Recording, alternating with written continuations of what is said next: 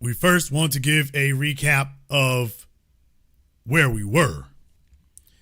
So for those of you who remember, I know what you're waiting on here.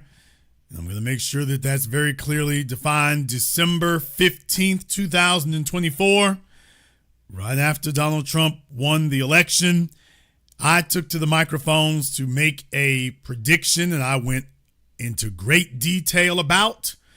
And in light of this week's events, many of you said, did he call it or did he call it? And that was exactly what occurred. So, just a brief recap.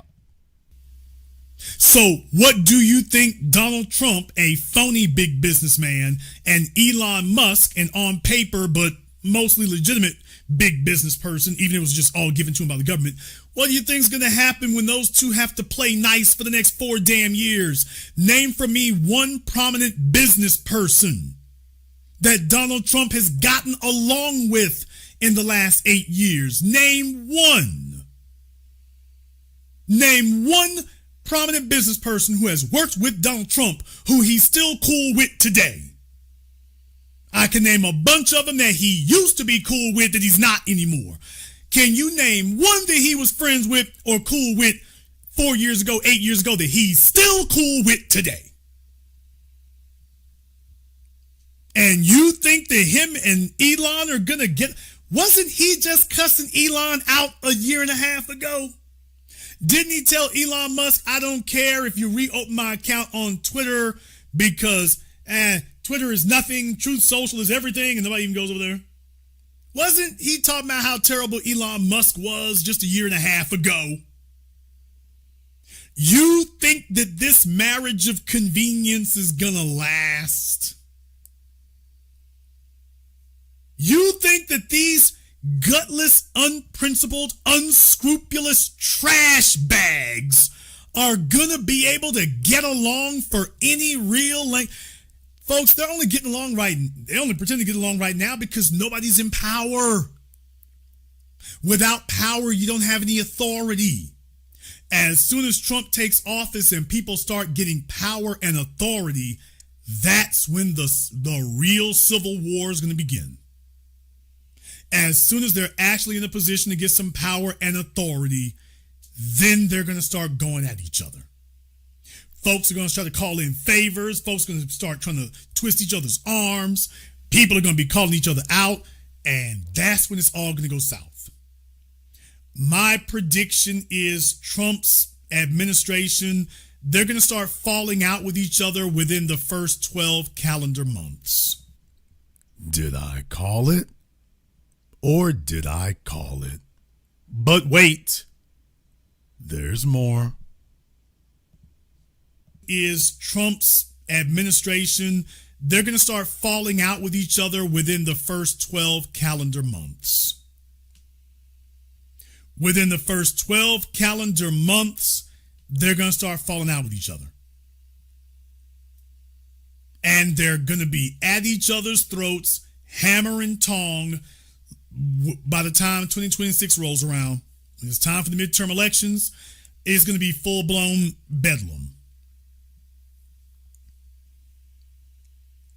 And this was the mistake that the Democrats made in 2024.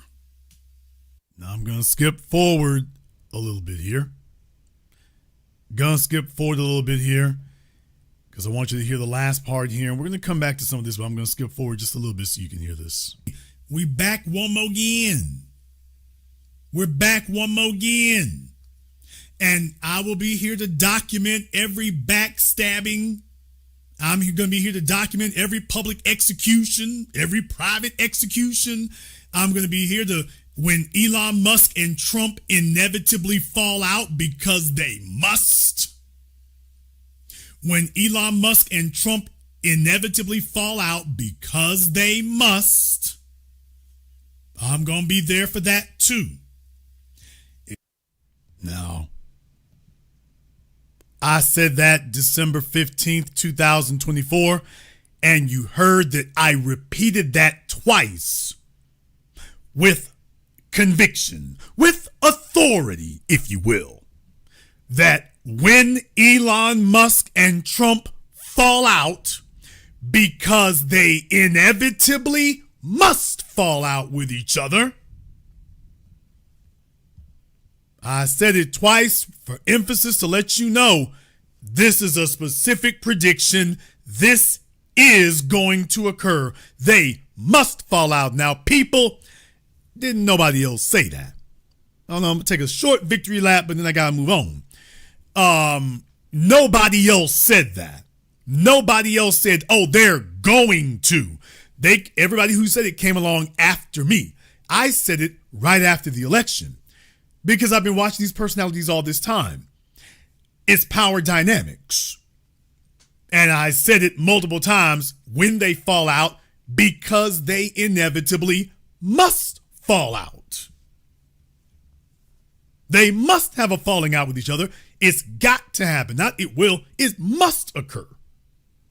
And it did. As we've all witnessed this week, Trump was putting forward his budget bill. Elon Musk played nice as long as he could until he couldn't sit on it anymore. And then, of course, because he's emotionally immature on the spectrum and doped up to the gills on ketamine, marijuana, and a bunch of other drugs, according to the New York Times, Elon Musk, of course, went to Twitter to vent his frustrations. And as you all know, if you say anything critical of Trump, it's World War V. So Elon said what he had to say. Trump immediately started firing back. And then next thing you know, it was on like Donkey Kong. So Donald Trump was like, well, you know what? The easiest way to save money in our budget, billions and billions of dollars, as a matter of fact, is to terminate Elon's governmental subsidies and contracts. I was always surprised that Biden didn't do it. To which Elon said, well, in light of the president's statement about cancellation of my government contracts, SpaceX will begin decommissioning its Dragon spacecraft immediately. Well, that one, he put that tweet up. And by the way, he's taken down all these tweets, folks. What?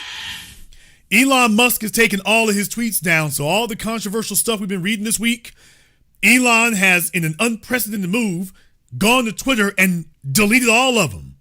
Now, it's a little late because the internet's forever, but he's gone back and deleted all of his tweets, all that smack talking, all that stuff. He deleted it. A little late for it, but he's gone and deleted that today, by the way. But that's okay, because we're going to have a full review. So this right here, he deleted this tweet first, as a matter of fact, because, yeah, Jeff Bezos was somewhere doing the Birdman hand rub. Jeff Bezos, who is bitter enemies with Elon Musk and lost the contract with NASA for Blue Origin, his own rocket company. He would love for Musk to lose his contract with NASA. Jeff would spend any amount of money. He would spend anything to be able to get in on that. So Musk very quickly backed off of that one, but boy, he was trying to pull Trump cards, pardon the expression, if you will. He said, without me, Trump would have. Now, I'm just choosing some of the juiciest stuff. I'm not choosing everything because it was just a flame war going back and forth. You would have figured it was two 13-year-olds at a middle school. But Musk said, without me, Trump would have lost the election. Democrats would control the House and the Republicans would be 51-49 in the Senate. Such ingratitude. Damn. So he just came on out and let you know who's running it. And that, by the way, not only is he running it, you are ingrates. They are ungrateful for who it is who really calling the shots. Oh, and when they say the quiet part out loud. But Musk wasn't done yet. He came back up and said, Ian Miles Chong, of course, Asian white supremacist extraordinaire. President versus Elon. Who wins? My money is on Elon. Trump should be impeached and J.D. Vance should replace him. To which Elon Musk said, yes. Auntie, chill. So all of a sudden, Elon Musk is with Chuck Schumer and Jasmine Crockett and all the others who said to impeach Trump. Musk said yes. Oh boy, he wasn't backing off the gas for nothing. Oh, but things were nice. This was the nice version of everything. Because before it was over, Elon said, time to drop the really big bomb. Donald Trump is in the Epstein files. Damn! That is the real reason they have not been made public. Have a nice day, DJT, Donald J. Trump. What? Folks, I mean, forget scorched earth. They just went straight nuclear exchange. Elon said, damn, taking off the gloves. Hand me that damn baseball bat over there. I'm busting this bastard in the head. I'm done talking. So Elon, I mean, knuckled up. Yeah, but he might have wanted to rethink that because Trump, for once, he's like, I can talk a lot, but I can say a lot with a little when you think about it. This tweet right here tells you everything. Now, Trump said a bunch of other stuff, but this tweet right here tells you everything. He said, Elon Musk, or mediocre Musk, is constantly high on ketamine, always making promises he can't keep. Not to be trusted, in all caps. You trusted him with access to all the government databases, dude. Next, he said he wants to go to Mars. How about you go back to Africa? Damn! Y'all see that? He told Elon, you want to go to Mars. How about you go back to Africa? Folks, Trump just called Elon Musk a nigga. And deal with it, nigga. This is how you know Elon ain't coming back. I don't give a damn how much ass kissing Elon tries to do, and Elon has tried to walk this stuff back. I don't give a damn how much you try. Trump just called you a nigga. Trump's not gonna walk that back. You know it is all the way real, and it's up. Folk, it ain't just on, it's up. He just called him a nigga. Take your ass back to Africa with the rest of your people. In your crap hole country. You want to go to Mars? How about you go back to Africa? So Trump went full inward on him. Oh man, he went full inward on him. But he ain't done yet. What? Oh, this just came across the wires. Of course, you've had Democrats, Chuck Schumer. You've had Chuck Schumer, Hakeem Jeffries, and other Democrats trying to get booed up with Elon. Hey, we agree with Elon. All of a sudden, Elon is great people. But Trump sent out a message today. They asked him about Elon, and he said that if Elon thinks he's going to start giving money to Democrats or whatever, you better rethink that. Better rethink that one. Trump is like, wait a minute now, just in case you think, just remember, you wish you was in charge. I am. You wish you were in charge, but I am. As a matter of fact, he said, now it says from AP News, the president also issued a warning amid chatter that Musk could back Democratic lawmakers and candidates in the 2026 midterm elections. Quote, if he does, he'll have to pay the consequences for that, Trump told NBC, though he declined to share what those consequences would be. Musk's businesses have many lucrative federal contracts. So he let Musk know, by the way, just in case you start getting in your head that you're going to change governments, just understand there will be serious consequences. Oh, man. Don't know what he going to do. Don't know what he's going to do, y'all. He's a man without a country. He's a man without a government. The Democrats hate you. The Republicans don't trust you here. What are you going to do, man? What are you going to do? How is he going to get along, y'all?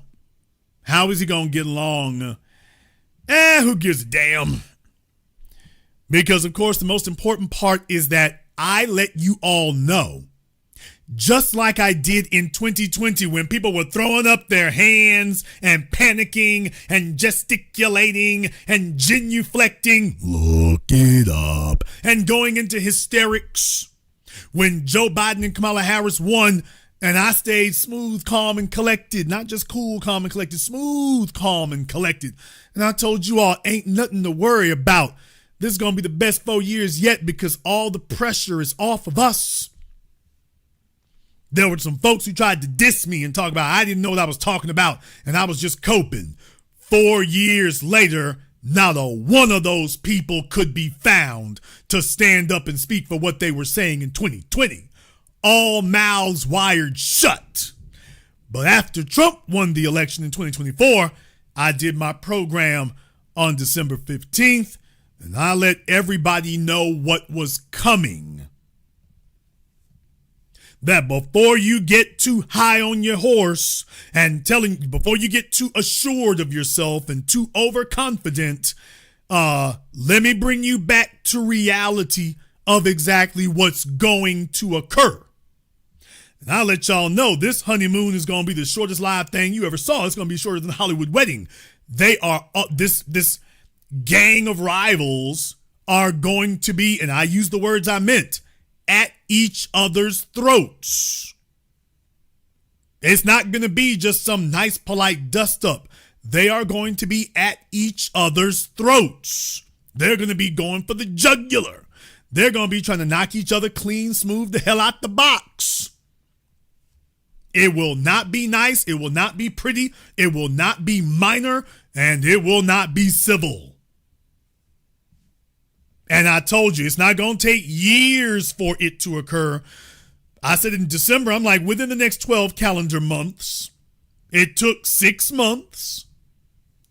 It took 6 months, but I'll let y'all know, not just the who and the what, but the when and the where and the why. And I didn't guess my way through it, and I didn't give some really vague statement that has to be interpreted. I told you all, this must happen, and in particular, it will be Elon Musk and Donald Trump, and they will be the two major ones who will have a falling out. Vivek goes overboard first, which he did. Musk and Trump slug it out later, which they did.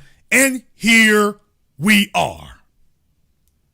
Now, what I'm going to do now is I'm going to go back, you damn right, because we're going to go ahead and review this. I'm going to go back and I'm going to replay the events as they occurred from December 15th, 2024. When other people were out there panicking, they didn't know what was happening. I've had some clowns try to pretend since then that they knew it. And I told them, now post up when you did, months and months and months after I said it. I'm like, okay, we all know who you stole it from. But to give you, now folks, it is critical and key where you get your information and analysis. Anybody can babble and squawk about the news. Can they accurately, over and over again, predict how the events are going to play out? Now that they don't do. They don't do that part. They just comment after it occurs. I told you what was going to occur. Now, I can't sit up here and tell you all this is definitely going to happen and then it doesn't occur and I keep my credibility. Inversely, if I say this is going to happen and it does, why the hell are you listening to anybody else? So I'm going to go ahead and replay for you all from that historic broadcast, December 15th, 2024. Right after the 2024 elections, where I let everybody know, enjoy the good times over there in the GOP while it lasts, because you will have much crying and bawling and gnashing of teeth to do when you all turn into your little circular firing squad, which is guaranteed to occur. Listen and witness. And when there's a scramble for the ball, they're all going to be knifing each other in the back. They chose somebody from Mitch McConnell's camp. You think 4 years is going to change that? No. In 4 years, they're all going to be sick of each other, and they're all going to be fighting for power. And when there's a scramble for the ball, they're all going to be knifing each other in the back, which is what they do. It's the only thing they do. Donald Trump is here to serve his own personal interests. So is Elon Musk. Elon Musk wants to make sure that Tesla is still a viable concern because right now he wants to keep the Chinese EVs out of America. Chinese EVs have been outselling him around the world. He wants to keep the American market locked down for Tesla because without Tesla, Elon Musk doesn't have any money. Without Tesla's phony market value, Elon Musk doesn't have any money. So he needs Donald Trump to help protect his wealth. Since he doesn't have California anymore, he needs the Republicans to help protect his wealth. That's the problem. And as soon as Trump isn't around anymore, here's the other thing. It's never going to make it that far. Folks, it's never going to make it that far. Remember when Rex Tillerson from Exxon, when Trump made him part of his cabinet, that didn't last any damn time. John Bolton made him part of the cabinet. That didn't last any damn time. Nobody can get along with Trump. Trump isn't going to let anybody start aggregating power for themselves. And he's certainly not going to let anybody else call any shots, even if you're in the right. He doesn't want anybody outshining him. He doesn't want anyone to look smarter than him, and everybody's smarter than him. He doesn't want anybody to do that. So the second that you start looking like you're smarter than him or better than him, out you go. Your job is to make him look great, not to aggregate anything for yourself. So what do you think Donald Trump, a phony big businessman, and Elon Musk, an on paper but mostly legitimate big business person, even if it was just all given to him by the government, what do you think is going to happen when those two have to play nice for the next 4 damn years? Name for me one prominent business person that Donald Trump has gotten along with in the last 8 years. Name one. Name one prominent business person who has worked with Donald Trump who he's still cool with today. I can name a bunch of them that he used to be cool with that he's not anymore. Can you name one that he was friends with or cool with 4 years ago, 8 years ago that he's still cool with today? And you think that him and Elon are going to get... Wasn't he just cussing Elon out a year and a half ago? Didn't he tell Elon Musk, I don't care if you reopen my account on Twitter because Twitter is nothing, Truth Social is everything, and nobody even goes over there? Wasn't he talking about how terrible Elon Musk was just a year and a half ago? You think that this marriage of convenience is gonna last? You think that these gutless, unprincipled, unscrupulous trash bags are gonna be able to get along for any real length? Folks, they're only getting along right. They only pretend to get along right now because nobody's in power. Without power, you don't have any authority. Remember, when I did this program last year, this was after Trump was elected, but he didn't take office until January. I predicted all of this over a month before he actually was sworn in. I described the exact reasons and conditions, and I said the only reason they're getting along right now is because nobody's in authority, though Vivek got run off before he even got that far along. Nobody's in authority. Nobody's in power. They don't have anything just yet, but as soon as there's some authority and power to throw around, oh man, that's going to be throwing napalm on the fire.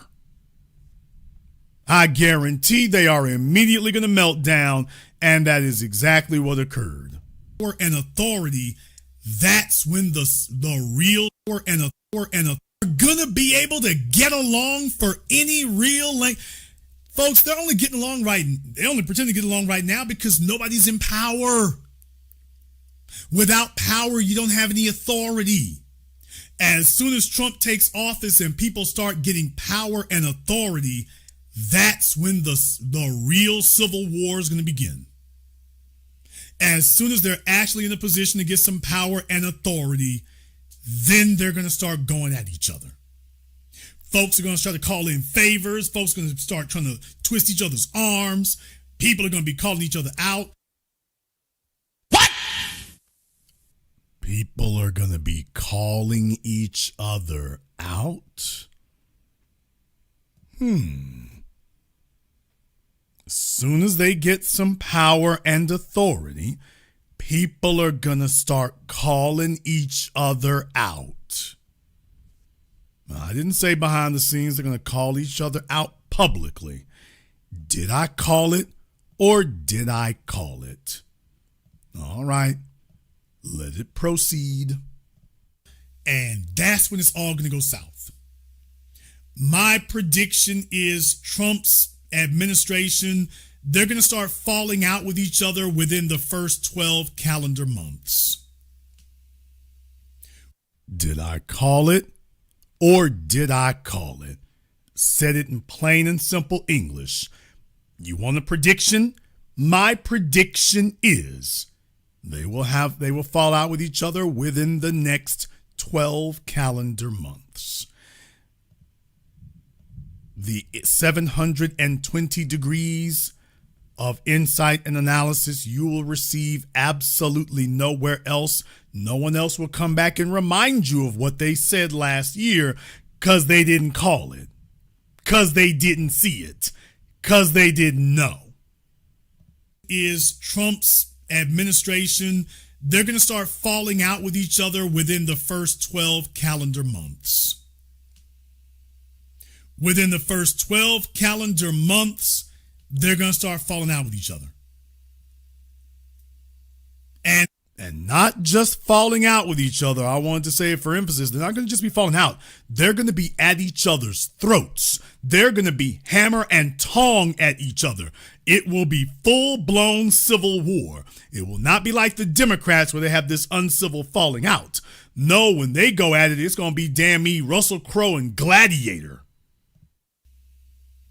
Within the first 12 calendar months, they're going to start falling out with each other. And they're going to be at each other's throats, hammer and tong, by the time 2026 rolls around. When it's time for the midterm elections, it's going to be full-blown bedlam. And this was the mistake that the Democrats made in 2024.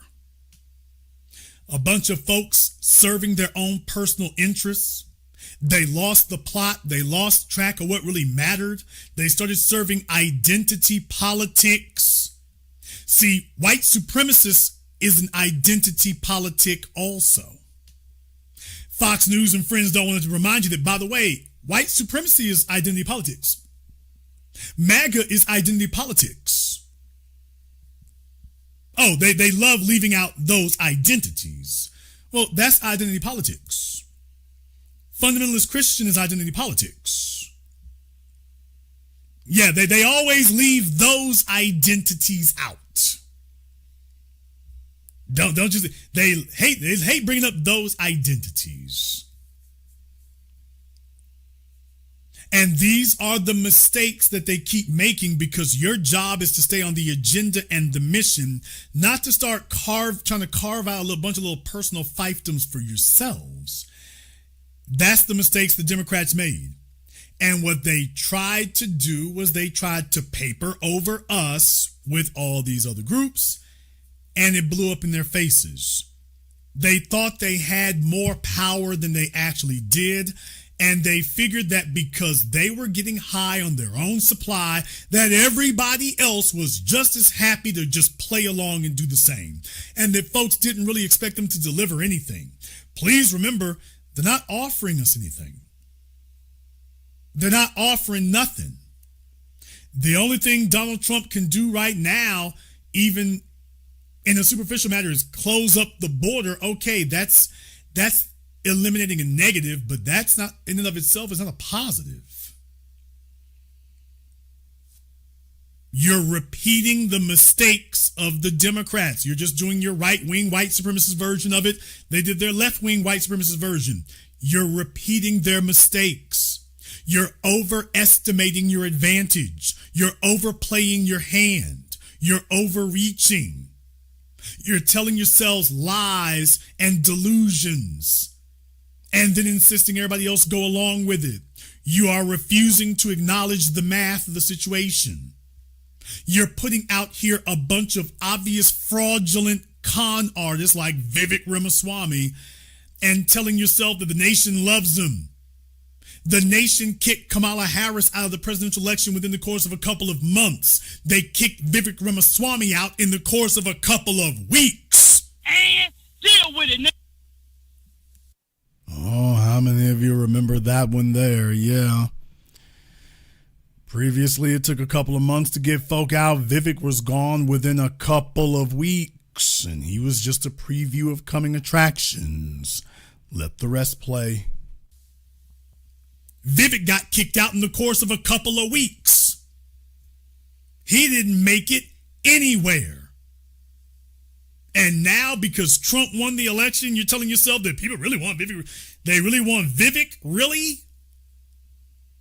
You're making the same mistakes the Democrats made. And oh yeah, I'm on deck. I'm on deck for it.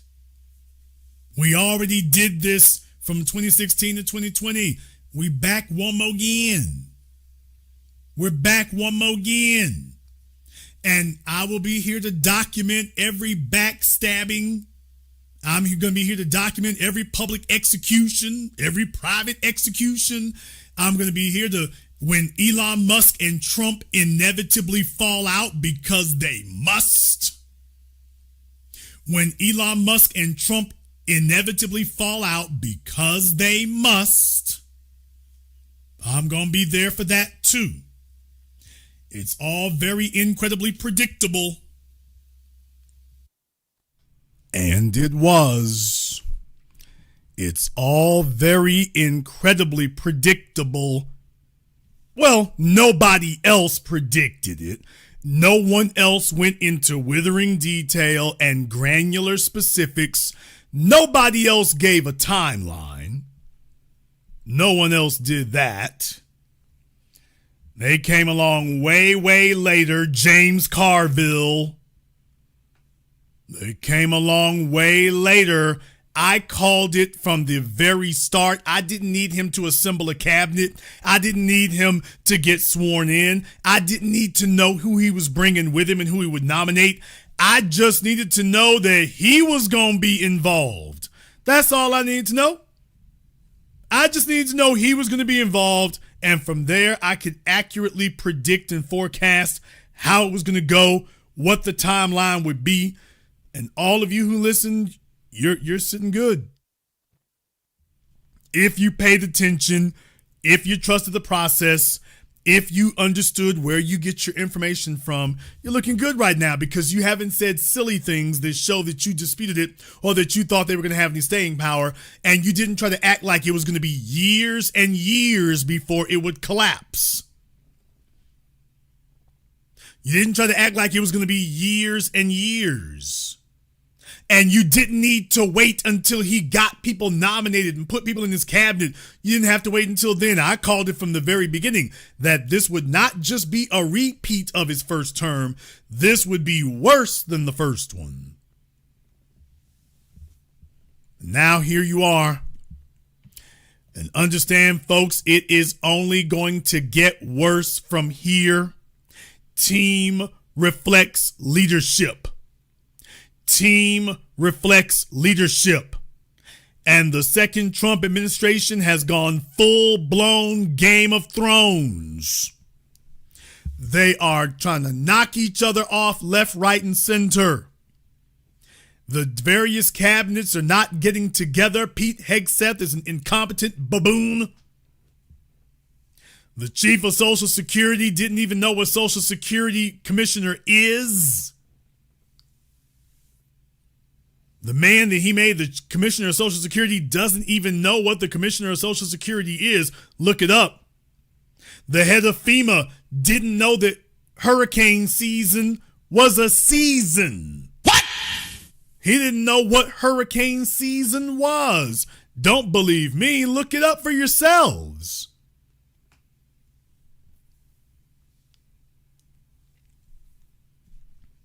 And it is utterly delicious. It is utterly delectable. Because you see, there are a bunch of other lowlives out there who put all their shredded credibility on the line. Hey, Megyn Kelly. Auntie, chill. Man, they are all choking on it now. It is sad over there. Tim Pool, Megyn Kelly, Patrick Bet-David, Charlie Kirk, Steven Crowder, all the white supremacists this week, they've been laughing to keep from crying. On their internet shows, they've been laughing to keep from crying. You can't talk, there isn't any dysfunction over there among the Democrats that looks half as messed up as this garbage right here. None whatsoever. They can't talk about the Democrats anymore now. Not anymore. Trump's administration, his cabinet has gone into collapse within the first half of a year. Within the first half of a year, it's already crumbled. Pam Bondi, Kash Patel, Dan Bongino, the dominoes will continue to fall. He is not invincible. People are openly speaking against him. Rand Paul, Representative Massey, folks are openly speaking against him. Marjorie Taylor. They're openly speaking out. Things that you would have thought would have been unimaginable, and they're openly doing it. Now, what comes next? Well, before we talk about what comes next, let's go a little bit further into what's going on now. Everybody on the white supremacist right, all your favorite internet YouTubers who were just big MAGA heads, now they're all holding their heads in shame. They're trying to stick their heads in the ground. Ben Shapiro has been reduced to taking shots at Trump because he can already see this isn't going to work. And he's not the only one. So everybody, the honeymoon is officially over. Nobody's happy anymore. They're now going at each other. Tucker Carlson, Ben Shapiro. I documented all of that, and I told you it was only going to accelerate. I told you that. Laura Loomer is shooting at folk. Elon Musk has officially been ousted. Candace Owens has brought out the long knives for him. She said that Republicans worship technocrats and industrialists the way that the left worships Hollywood. Steve Bannon, Trump's right-hand man, Steve Bannon has outright said that Elon Musk needs to be stripped of his American residency and sent back to South Africa, deported. Damn! He said it, that Elon Musk he's here illegally. He said that Elon Musk is here illegally and that Elon needs to be deported. Boy, that would be a hell of a homecoming if he got sent back to South Africa the way he was making trouble for the South African government a couple of months ago. Oh man, this is going to be hella uncomfortable. And by the way, I approve. And deal with it. By the way, one more thing, and I approve. And I approve. They have my full-fledged endorsement to come and grab up Elon by his drug-induced ass and put him on the first thing with wings or propellers back to South Africa. Better yet, in his case, put him in Madagascar. Damn! He should not get to be on the continent proper, so you can put him on Madagascar. You can dump him off there. That'll work. That'll work.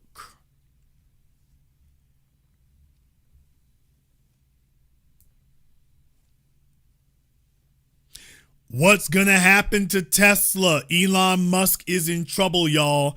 He's been doing drugs and all the jackasses. For those of you who sat around for years talking about it was no problem that Elon was smoking weed all the damn time, how about now?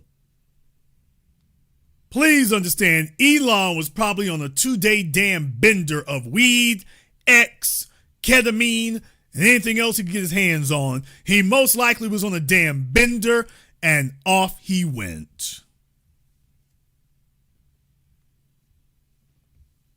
Off he went. And he's not the only billionaire who can put folk in space. Jeff Bezos is like, here, hold my beer. People understand something. If Jeff Bezos lost that contract with NASA to Elon Musk, if Trump gives Jeff Bezos another look, don't you all know that Bezos is going to pull out all the stops? Jeff Bezos will go around the world and get together $500 billion. What? Jeff Bezos will collect $500 billion if it means he can finally beat Elon Musk. If Jeff Bezos gets a lane opened up for him to NASA, he's gonna bet it all. He's gonna put every chip on the damn table. Mark my words, there is no reason that he wouldn't go put together $500 billion if it means that he finally gets to kick Elon Musk out of the federal government and Jeff gets to take over. Oh, that's too damn delicious. That's too delicious. Jeff will spend anything to get that. Anything. Don't you know that would put Jeff Bezos back on top as world's richest man? Damn! Don't you know that would put him firmly back in the driver's seat of it would put him as the world's richest man and exile Elon to 6th or 7th place. You think Jeff Bezos would not spend anything for that? Don't you know he's already been on the phone with the White House?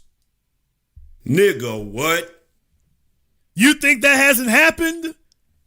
Do you think that Jeff Bezos has not already been on the phone with the White House to let them know, hey man, I'm here in case you need me. Here's my number, here's my card, here's my direct cell phone. The Saudis might be listening in, but I'm here if you need me. I'm ready for you, baby. Just anytime, day, night, 2 in the afternoon, 2 in the morning, whenever you're ready, give me a holler. I'm ready to put it up. Don't you know that's what's going down? Don't you know? Over there on Fox News, they're on suicide watch. What? Oh man, Jesse Waters and Greg Gutfeld, all of them are on suicide watch. This went down publicly. You can't just say, oh well, they had a fight. They didn't have a damn fight. His whole administration is falling apart in real time in front of your eyes. They've gone complete clown car. Didn't make it 6 months. There is nothing about this that you can brag on. You can't say he's doing a great job or nothing. His cabinet's falling apart in front of everybody's eyes. This is dominating the news, and it will continue to dominate because the press is going to just keep asking Trump about Musk. They're just going to keep asking him about Musk. That's all they're going to do. They're going to keep asking him, and you know that Trump is not going to let it slide. He needs to just say no comment, but you know no comment is not in his vocabulary. They're going to ask him about Musk, and he's going to use every opportunity to slam him. He can't help himself. So they won't be able to sit up here and have a conversation about the agenda. They won't be able to. He's not going to be able to talk about what he's doing because every time he talks about that, they're going to ask about Elon Musk. Do you regret bringing him in? If you can't trust him, why was he there? What else did he do? Do you know what's going on? Oh, boy, I'm telling you, it's a bad spot to be in. Bad spot to be in. And remember that team reflects leadership. They've been sitting up here taking shots at each other before, remember? About Elon Musk and the H-1Bs. Remember him and Vivek. Remember him and Vivek Ramaswamy. Peter Navarro and Scott Bessent. They've been taking shots at each other in the administration. Talk about anarchy. They've been doing that. And Trump been sitting back, letting himself be entertained, watching that unfold. You're not supposed to do that. Folks supposed to get fired. Folks supposed to be gone. But when you have weak leadership, undisciplined leadership that lets people just sit up here and wild out,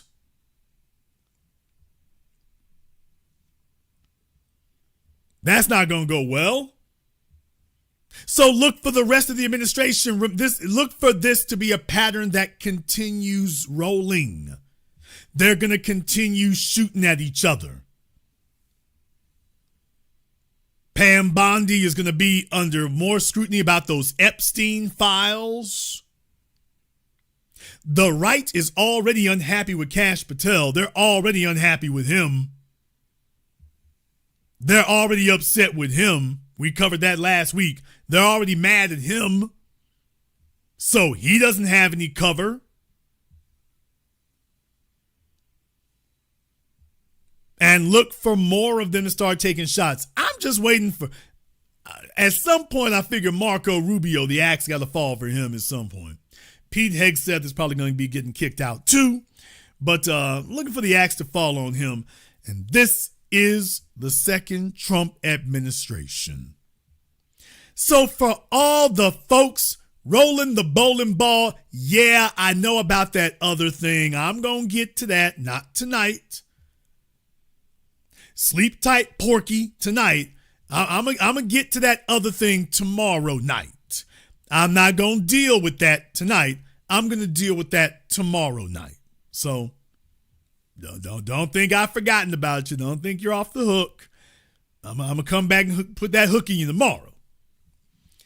But in any case, they're supposed to be getting things done over there. And while these other folks were panicking and talking about it's the end of the damn world and trying to talk about we need to support the Democrats, the hell we do. I said from the beginning we ain't got to support no damn Democrats. Jason, use helping Trump. I'm not worried about Trump. He's a self-destructive idiot. All the folk who were telling us about how we were empowering them and doing wrong, how's that working out? You seem like what you are, hysterical idiots.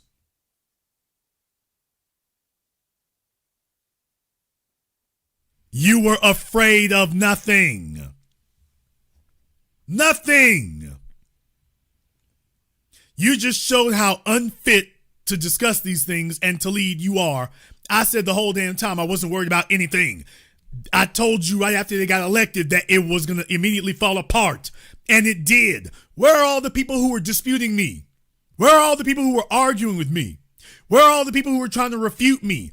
Where are they today to stand on their words? And to let us all know how Trump would reign supreme. And it was all downhill from here. Where are those people today? Can you find them?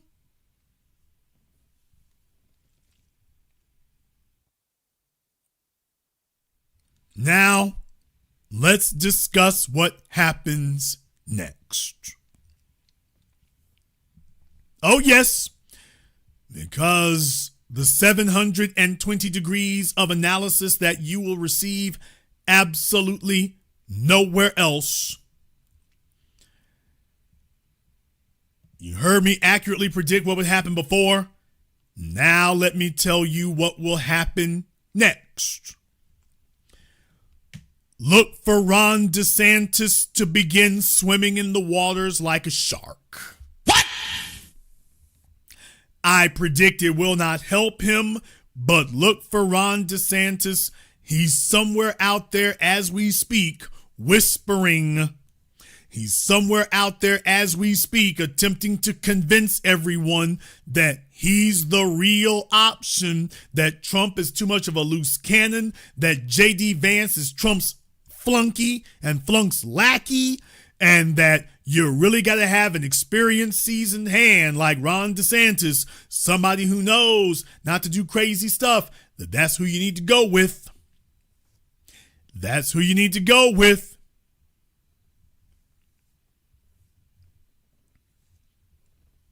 That's going to be one. Look for Marco Rubio to jump ship probably next year. Look for Marco Rubio to jump ship next year. Look for him to just start getting real quiet. Trump's been pushing him out there as a crash dummy. Look for Rubio to get real quiet. Look for him to get quiet. My prediction is he's going to start looking for the exits next year. So, because if he's ever going to run for president, he needs to put some room between him and this crap show of an administration. So he's going to have to put some room between him and that. So look for Rubio to start easing his way towards the exits before it gets too damn tight. Look for the Republican Party to start pushing back as a group against Trump. I don't know if Speaker of the House Mike Johnson is going to make it through this or not. I don't know if he will, but look for the party to start looking for something new. Look for the Democrats, even though they are the Keystone Cops of politics. If there's going to be a movement by somebody from the sensible center, they're going to have to make their move, although it's going to be tough for the Democrats to do that. Trump is making their lives a whole lot easier by demonstrating that he's even more dysfunctional than they are right now. You can't keep yelling Biden, Biden, Biden. You're going to run out of steam for that. You can't just keep saying that for years on. So that's not going to work. But look for the Democrats there to start coalescing. And yes, the Democrats are going to roll out the welcome mat for Elon. What? Yes, the Democrats will roll out the welcome mat for Elon for one reason. Elon owns Twitter. And you don't want to be fighting Twitter's algorithm if you're going to be going up against Trump. You don't want to be fighting that. Now, Elon will play nice because he needs protection. Elon needs protection now. Since Trump is not going to help him anymore, he's going to stand out the damn way. Elon needs some folks in government who are going to protect Tesla. Because all of his, quote, net worth is wrapped up in the stock price, inflated as it is, but it's all wrapped up in the stock price of Tesla. So he needs some folks in government who are going to protect Tesla. And before he got booed up with Trump, Tesla was the Democrats' darling. It no longer is. Please remember, the Democrats overlooked Elon Musk's racism and white supremacy. We've been talking about that now for a decade. The Democrats gleefully overlooked it and gleefully ignored it. And if Musk shows up with a briefcase full of money, they will do so again. They're going to tell you and me about how it's a shame and he should be condemned, but they going to take the bag when he passes it. The DNC is going to take the bag when he passes it. When he gives his donations, they will gleefully accept.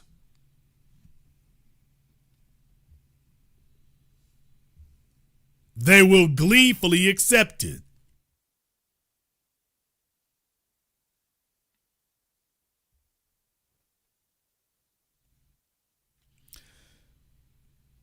No, there's not going to be a third party. Damn!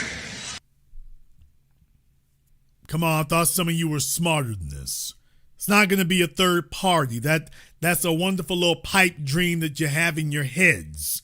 What is the third party's platform? Who is promoting it? What's their agenda?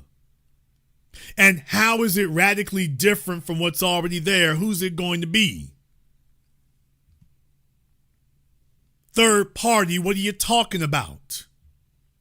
You see, you can't have a third party that is based only on economics. Furthermore, what would their agenda be? Raise taxes, cut taxes, spend less, spend more? See, that's when you're going to get off in the woods and all of a sudden you're going to start sounding like Democrats and Republicans. So Elon can sit up there and make his idle threats, but he knows a third party is not viable. People, if it were, why didn't he do it 5 years ago? And who's going to lead it? And who's it going to be? Andrew Yang? Rand Paul? Who? Rand Paul doesn't have any following outside of Kentucky. And Andrew Yang doesn't have any pull outside of a small borough in New York. No disrespect to Yang, but he's not a power broker. So you can sit there and grab your crack pipe and smoke on it and wish it all you want to. It's not happening. It takes years and decades for an upstart political party to establish itself. The Green Party has been trying for how long? And they'll say anything you want to hear.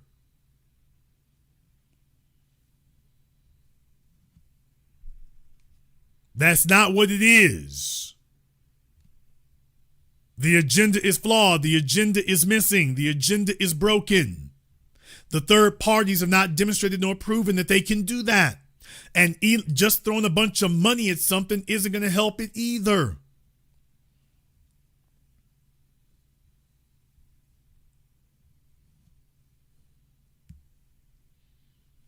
It's not going to help it either. So what else is going to happen? You're going to see Elon slide some money to the Democrats on the sneak. Elon is going to try to get back in good with Trump. That's not going to work.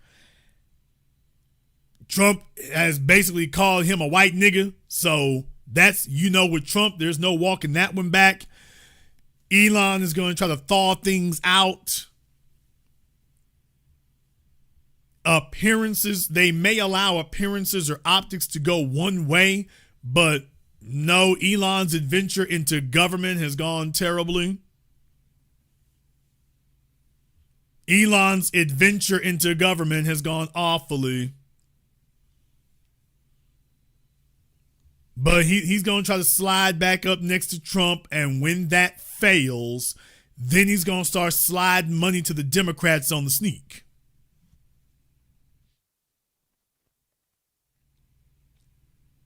No, Vance and Musk aren't plotting anything. Folks just be making things up. Folks just make things up. J.D. Vance is worried, though. J.D. Vance is worried because he would be required to choose a side, and this makes things very difficult for him. You see, Trump's supporters are actually unhappy because they took a look at this bill and it raises the national debt. Now, Speaker Johnson said, well, no, it's going to be offset, but the truth of the matter, offset by tariffs, but no, the tariffs are supposed to get wrapped up this year, at least they're supposed to be, because if they don't, things will get even worse. So Republicans are not happy about this. Trump supporters and MAGA are not happy about this. They're not happy about it at all. Trump's idea that all he has to do is say, we're going to do this thing right here and then yank on the leash and everybody's going to be okay, that's not going to happen. People wanted radical changes, but they also wanted him to stick by what he said, and that's not happening. Okay, there will be a price to pay. Even though Trump can't run for re-election, you can be hobbled and lame ducked very quickly. J.D. Vance is worried because he is currently watching his political future go up in smoke in front of his eyes. A lot of the base agrees with Elon Musk. That's the problem. It's not like the H-1B thing where the base was firmly against Elon. On this issue of the budget, the base is firmly against Trump and agrees with Elon. They might not be taking it directly from him, but they agree with his position that this is a bad bill. So Elon is actually on the right side of the base. He's on the right side of MAGA for this.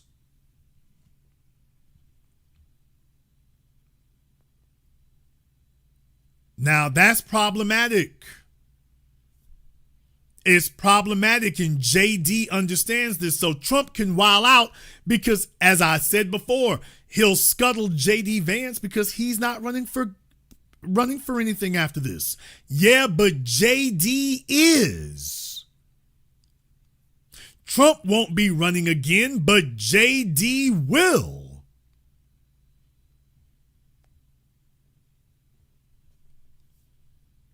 And Trump is sitting up here torching himself and torching JD along with him. So JD needs to be able to distance himself from Trump, but he can't snuggle up to Elon because that's not going to look good. So what do you do? What do you do? In JD's case, you can't support Elon. That'll put you on the bad side of Trump. But you can't really heavily attack Elon either because the base of the party agrees with him. So JD is stuck between the devil and the deep blue sea. Locked in and boxed in, which is exactly what I predicted from the very beginning. Remember, I said that Trump's whole goal was going to be short circuit J.D. Vance. J.D. doesn't have any power, and right now he's not being allowed to amass any. Basically, what Biden did to Kamala Harris. J.D. now finds himself in that position, exactly like I said he would. So there he is. There he is. And there are no upstarts in the party that we've seen. Anybody who could have challenged them, Trump has already folded them into his administration. Tulsi Gabbard, RFK, Marco Rubio, he's already folded them into the administration. So none of them are a threat to him. And now that they're all shackled to his agenda,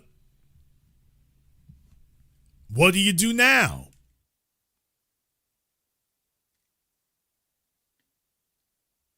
No, it's just going to be a rough ass 4 years. It's going to be a rough 3.5 years. And they're basically hoping that the Democrats will stay as disorganized and compromised as they've been. That's all they're waiting on now. They're hoping for that. Russia is getting buck with them over there. Russia is starting to backtalk even more now. Look for that to increase. They even said that, by the way, if Elon Musk wants to seek asylum in Russia, that they would gladly welcome him. What? Damn! They were being a bit facetious, but Russia said that, by the way, hey, Elon, we heard you're on the outs with Trump. If you need asylum, let us know. We'll be happy to give you asylum. No, look it up for yourselves.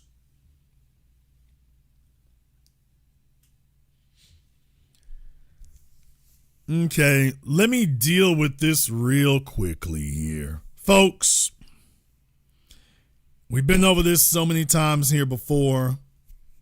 I know in the internet era, I need folks to get out in the real world, touch some grass, touch some concrete, breathe some air.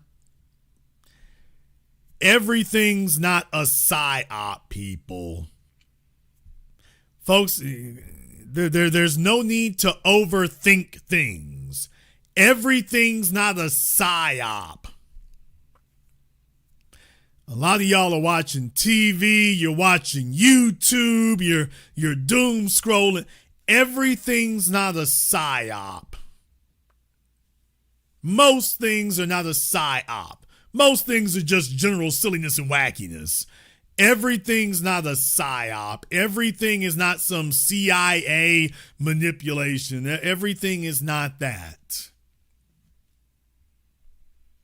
What you have right now is the result of a society that, in the words of the late comedian George Carlin, they've been spoiled rotten. They've been bought off. Our society has been bought off by cell phones and cable television and talk shows and video games. And what has happened is that the folks who are really in tune with reality and don't do all that stuff, they've been gobbling up everything they can to the point that now they control the government. Now they control the government, and the only people whose rights are respected are theirs.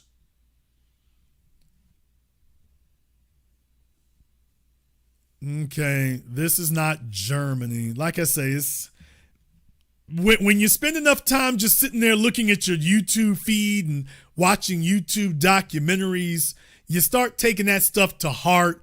Then you start overthinking it. Then you take it completely out of context. And like I say, it's just everything is not a Jason Bourne movie, folks.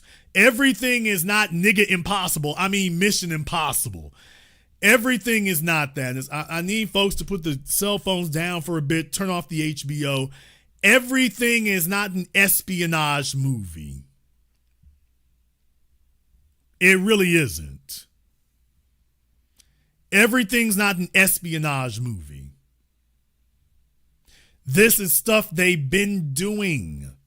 Donald Trump reflects the American electorate. He is disorganized. He's temperamental. He's emotional. He's not very well directed. He chooses people based on who he likes, not on who is competent. He's boorish. He wants to be entertaining. He wants to be popular. He wants to be seen. He is actually a very excellent representative of the American public. He actually is. You see, the problem that we have is that we have a people here as a group. We become a people and a nation who are addicted to attention. So, of course, they are electing people who satisfy that requirement. And that's why I've been giving folks warnings about that. I've been warning folks for a while about that. One of the things in particular here, just to give you a brief reminder, I warn folks out there from the alt-right and everything else, don't allow yourselves to be listening to these online people here and let them get you into a situation where you find yourself behind the damn 8-ball listening to them, because those folks are not going to come back to help you because they can't. You're the useful idiots. Case in point. Some of you may have seen this, but I think it bears reminding. There were folks out there told themselves that, well, I saw somebody on Piers Morgan and Tim Pool and Tim Walsh, Matt Walsh, they told me that if I'm white, I can yell nigger because of Shiloh Hendrix. So if we just make you Negroes bow down, that's all we need to. Okay. That was how it started. Here's how it's going. For you, bro. Oh, God. I'm not trying to disrespect you, bro. I'm not. I'm the same nigga all day, every day. Are you kidding me? Where you from, nigga? Where you from? Where you from? Where the fuck you from? Here, nigga. You from here? Get the fuck out of here. You a clown, nigga. Oh, God, you a clown, nigga. You from here? You a clown. What, you gonna smack me with that? Have you ever seen a slow-moving car wreck? I mean, it's moving so slow you could paint it frame by frame. This is a fella who didn't take the situation seriously, completely failed to read the damn room, did not understand the situation that he was in, and from here Life is gonna do the talking. Smack me. Smack me. Smack me. Okay, be careful what the hell you wish for. Come on, yeah. Drop it. Yeah, you got yours, buddy. Call me another fucking nigga. I don't give a fuck. Hey, man, this guy, you ever get on this lesson, man. Ain't no reason to be. Call me another nigga. Yeah, buddy. Yeah, you let Tim Pool's little 4'3" ass sit up here and gas you up. You let Matt Walsh's lumberjack man in the mountains sit up here and gas you up. You saw Shiloh Hendricks and said, don't worry, it's a brand new day. It's a brand new day. He said, hey, if Shiloh can do it, I heard Tim Pool say I can do it. Everything's good. We're going to normalize it. I asked last week, are the white racists going to is it going to be safe to say nigga for the white racists? Is it going to be safe for them? And this fella figured he was going to test it.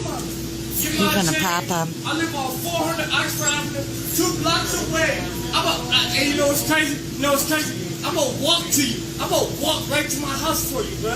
Oh God, I'm not trying to disrespect you, bro. I'm not. I'm the same nigga all day, every day. Are you kidding me? Where you from, nigga? Where you from? Where you from? Where the fuck you from? Here, nigga. You from here? Get the fuck out of here, you a clown, nigga. Oh God, you a clown, nigga. You from here? You a clown. What, you gonna smack me with that? Smack me with it. Smack me! Smack me, nigga. Come on, yeah. Drop it. Yeah, you got yours, buddy. Call me another fucking nigga. I don't give a fuck. Hey, man, this guy, you. This brings a whole new meaning to crack open a cold one. And deal with it, nigga.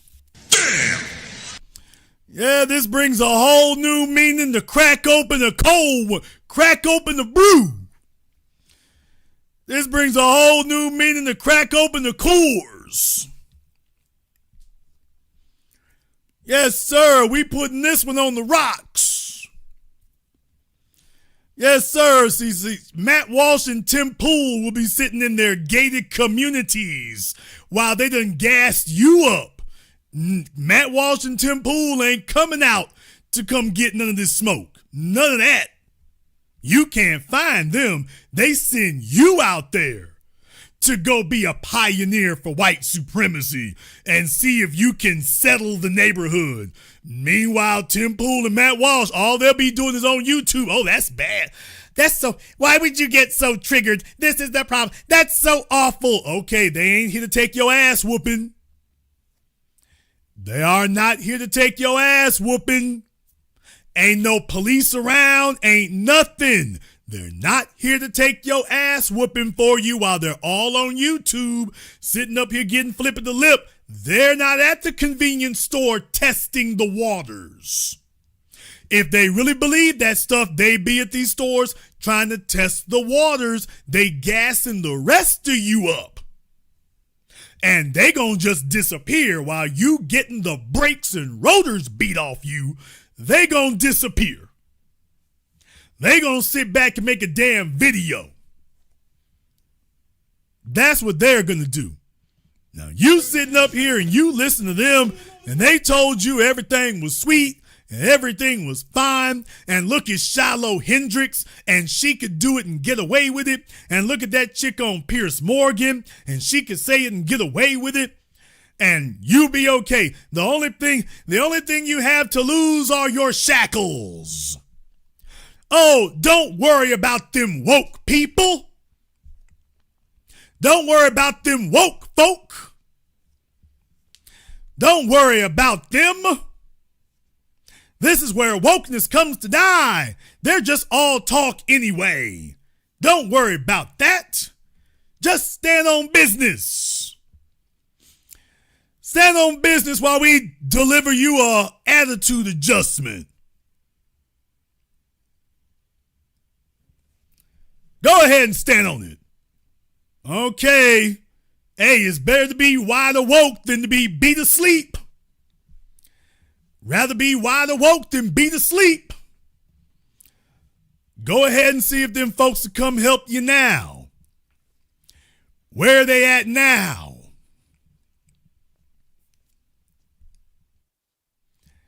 See, that's the whole reason I said they put a battery in their backs, and instead of these people being focused on the basics, a functional government moving efficiently, not trying to be entertaining. See, this fella right here is about to get a 32 ounce upside his head because he looked at Donald Trump. He's sitting up here in the damn convenience store trying to be entertaining. And all he got was a taste of some brew. Listening to Donald Trump, emulating Trump, and trying to be entertaining. And all he got was some knuckle prints upside his forehead. And a lesson he'll never forget. He wanted to go viral. Now he has. He was watching Trump and figured America's all about entertainment now and laughing. He wanted to go viral. His wish was granted. Now he's viral.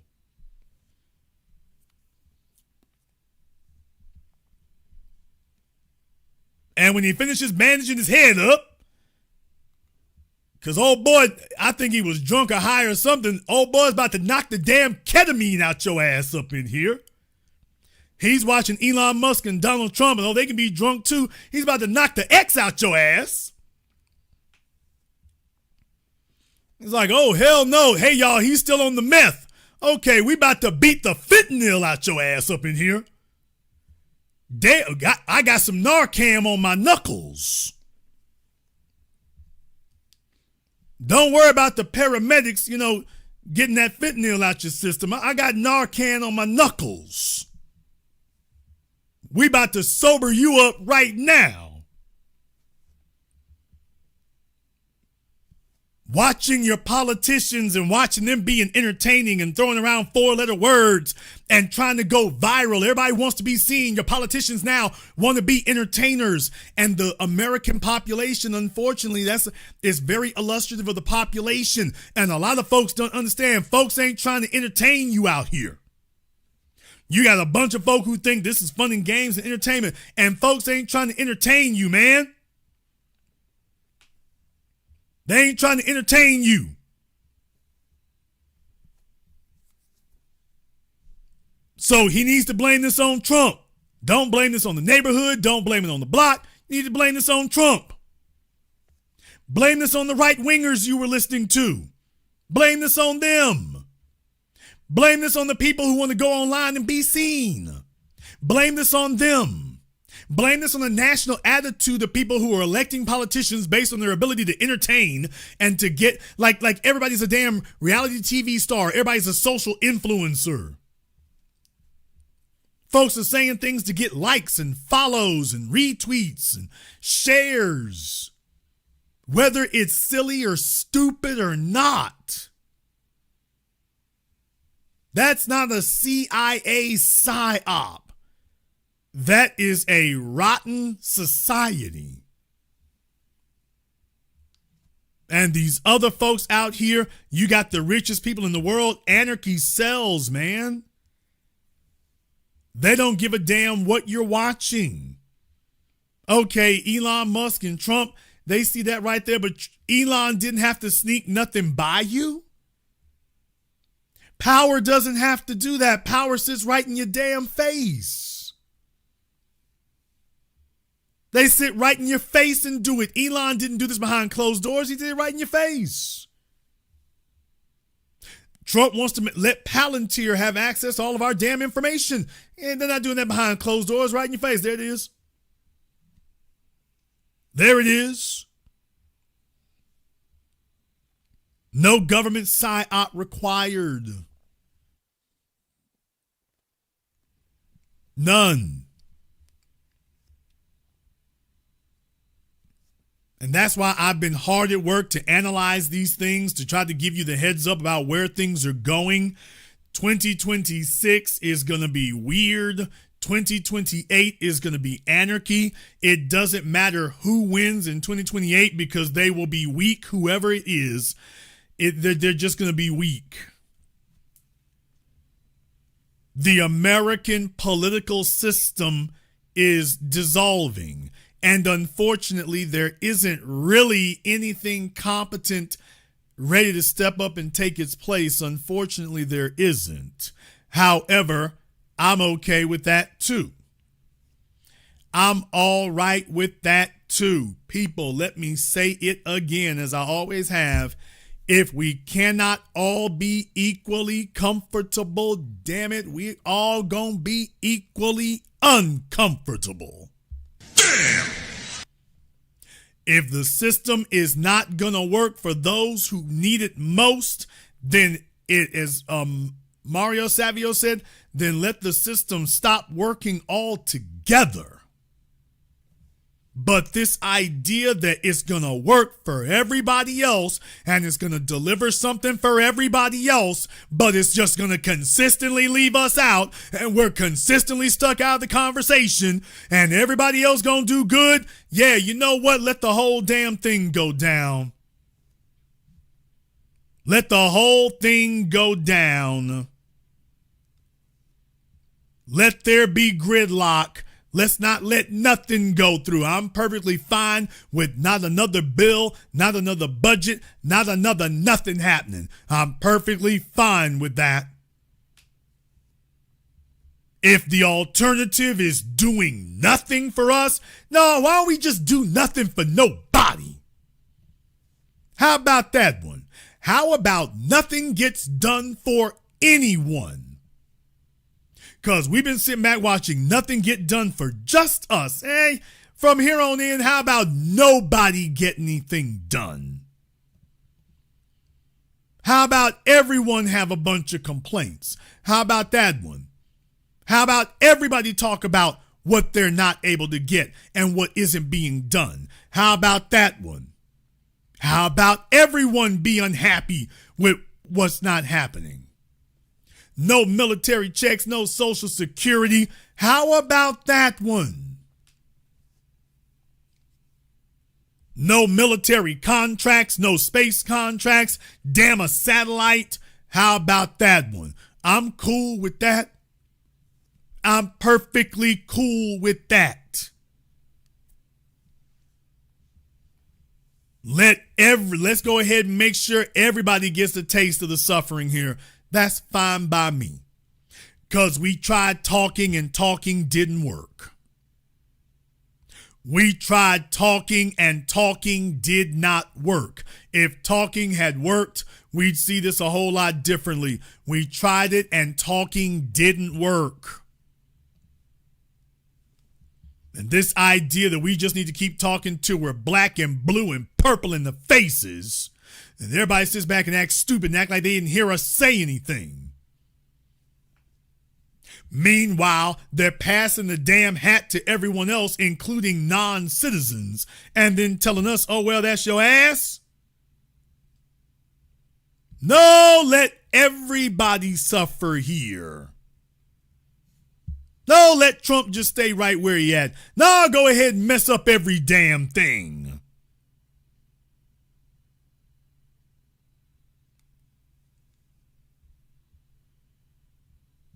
Let him go ahead and mess up everything.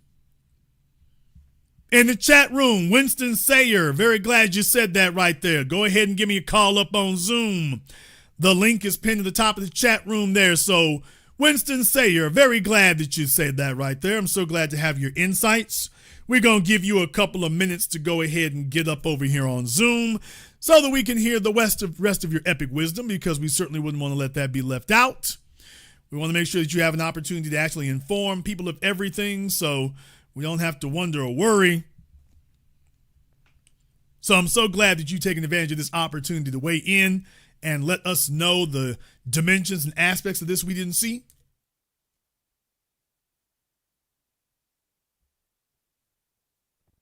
So glad to hear that. The link for the Zoom is pinned to the top of the chat room there. So Winston, you are up next. You are up next. Very glad to have that. So I guess this is a very good time to go ahead and do the next thing here. While we're waiting on Winston, we'll go ahead and take a very brief commercial, non-commercial break. Before we do, I want to thank everyone who has contributed to tonight's program on PayPal, Super Chat, Venmo. Shout out here to my man, Mr. Rich Bird. Thank you very much for your support, brother. We appreciate that. To Mark B. Thank you very much for your support here as well. We appreciate that. To Neptune Beauty. We all need that. Najee, Fats Man, Rashawn Bryson, DMV Nation, Pamela, and everybody else here on Zoom. Everybody else on Super Chat, Venmo, PayPal. Thank you very much for your support. We're going to take a very brief commercial, non-commercial break. When we come back, we'll talk to Winston and everyone else here. Things broke down exactly the way I said it would. Did I call it or did I call it? This is the Black Channel. When you visit MrBeTheTeacher.com, you can get a copy of his award-winning book, Guidelines for the Successful Student. While you're there, grab one of his newest tunes along with fun and educational lyric videos. Never give up, don't worry, never give up, study. In order to times 1 is 2, 2 times 2 is 4, 2 times 3 is 6. now swap names, he, she, they, and we. Simplify the satanic divide as the following guide. Money multiplies and shares of what they buy. You can also acquire his tutoring services via varsitytutors.com or tutor.com. If you wish to speak to Steve Burgess directly, you can do so through MrBeTheTeacher.com. The Honey Badger and the Mongoose is a children's story for the family of how a honey badger and mongoose fight an evil alliance of venomous cobra snakes and hyenas that overhauls the balance of the savannah. The Big Five. The honey badger demands reparations. Will the Big Five give the honey badger reparations? Can the evil alliance of cobras and hyenas be stopped? The best new price for the hard and soft cover is at www.thehoneyBadgerandthemongoose.com. You can also find this book at Amazon, Audible, and Kindle.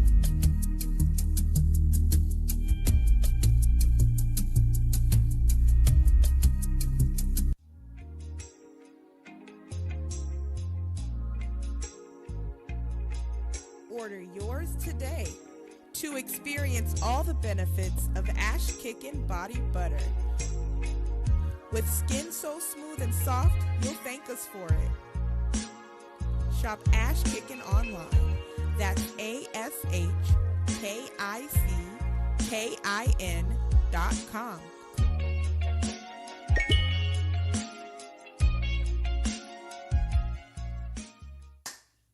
Hi, this is Brenda Starr, creator of Poetry with a Purpose and author of the book Pressed But Not Crushed.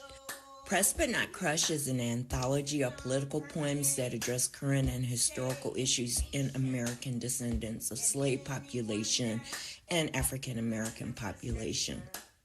The book describes slavery and its residuals, Jim Crow segregation, social depredation, and other relevant issues to American descendants of slaves and African Americans, including the current political climate that does not address our issues.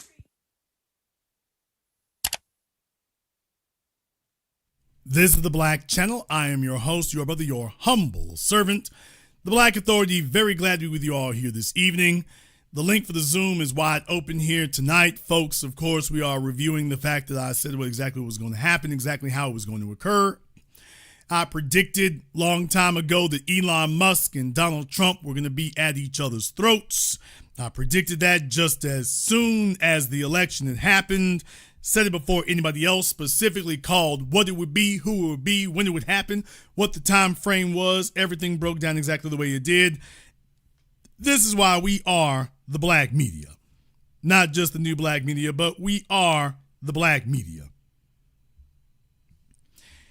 And now you have your opportunity to go ahead and speak to the Black media. So the link to the Zoom is at the top of the chat room there.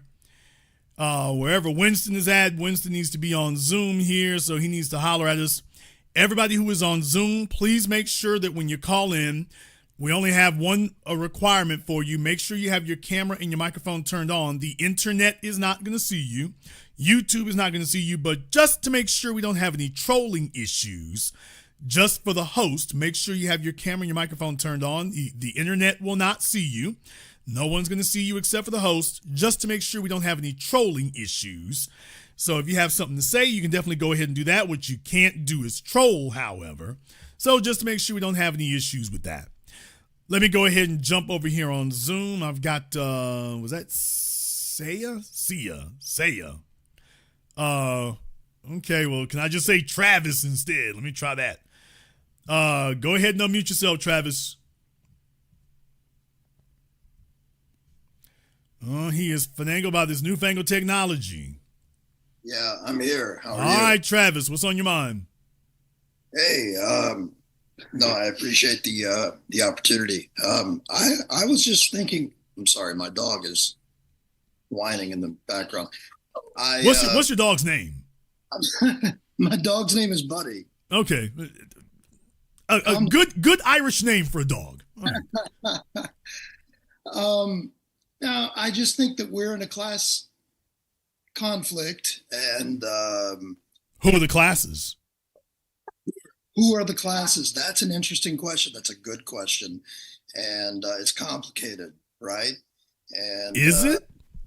I wonder about if we're talking about objective, kind of scenarios where if you look at it, and I'm sorry to taint the waters in any way, but if you look at it from a Marxist perspective, yeah, it's a bit complicated in terms of class consciousness among all people who might benefit from that perspective. That's all I'm saying. And so, well, I mean, but you have a bunch of people who are from the working class who are very staunchly behind Trump and Elon Musk. One's a paper billionaire. The one's technically, I guess Elon actually is a billionaire, and yes, he gets plenty of support, especially among the working classes. So, what do you think that is? Well, I have an idea.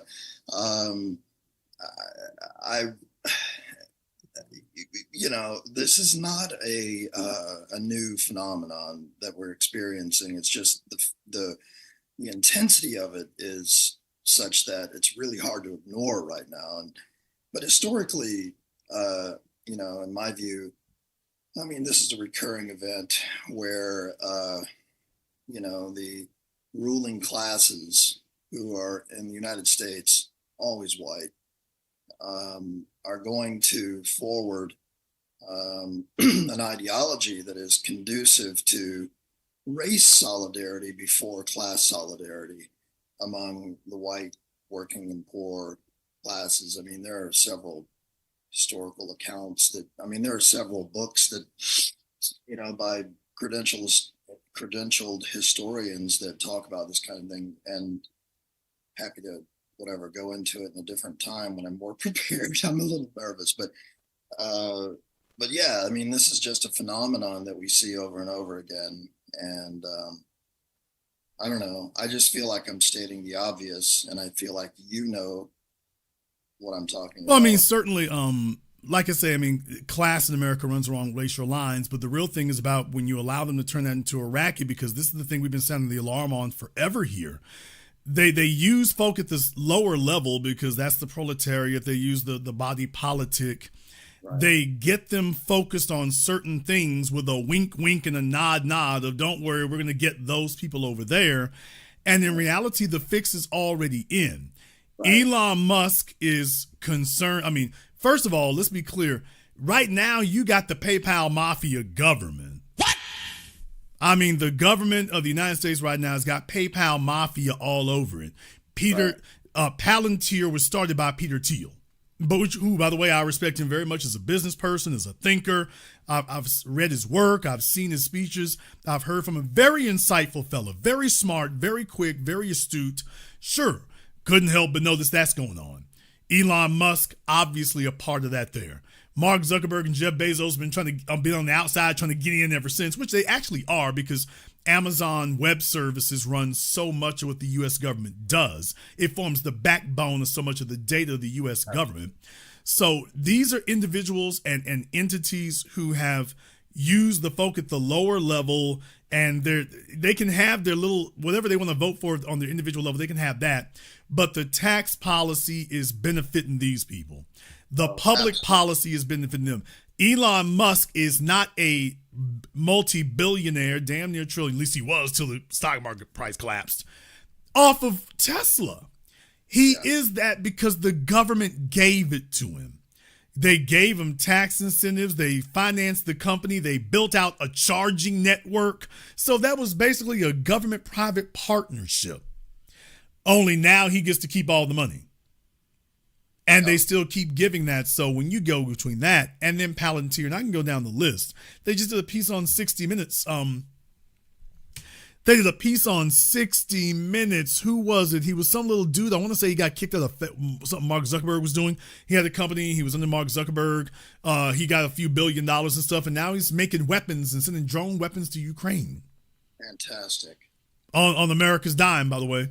So there's a direct line from Silicon Valley to weapons manufacturing. Direct line. So when we say class, I think it goes far beyond just the idea of Marxism and the proletariat of bourgeoisie. You're in full-blown oligarchy right now. Oh, no you're doubt. in a capitalist oligarchy. We're used to the idea of an oligarchy being generations old. That's the old idea of it. You've got a nouveau riche oligarchy now. Like, your oligarchs now are in their 20s and 30s, first generation. Oh, there's no question about that. And my point, I guess, my original point was that there's a lack of clarity and education among many parts of the class, right? The lower classes, right? The poor and the working class. That would unite them, you know. The alternative narrative seems to be more captivating. And, you know, obviously I'm not saying we need to go into all the neighborhoods and teach Marx and so on, but but here's the thing: can you convince them that they're poor? The folk that you're thinking of right now, do they see themselves as poor? That's the question, right? That's a good question, because, you know, I mean, there are psychological wages. If we look at the work from W.B. Du Bois, who worked from the works of Marx, you know, the wages of whiteness, right? The idea that, well, it's hard and I got it rough, and, you know, and all the other complaints that people in the working class might have, but I'm just not going to fight it because my betters tell me, you know, in some way they signal this is better than being other, right? This is better than not being white. What do you think they think of all these bastard kids Elon is racking up? Because for decades we heard about how that's the end of society and that's destructive to society. Now he's got like 11, 12 kids by 5 or 6 different women.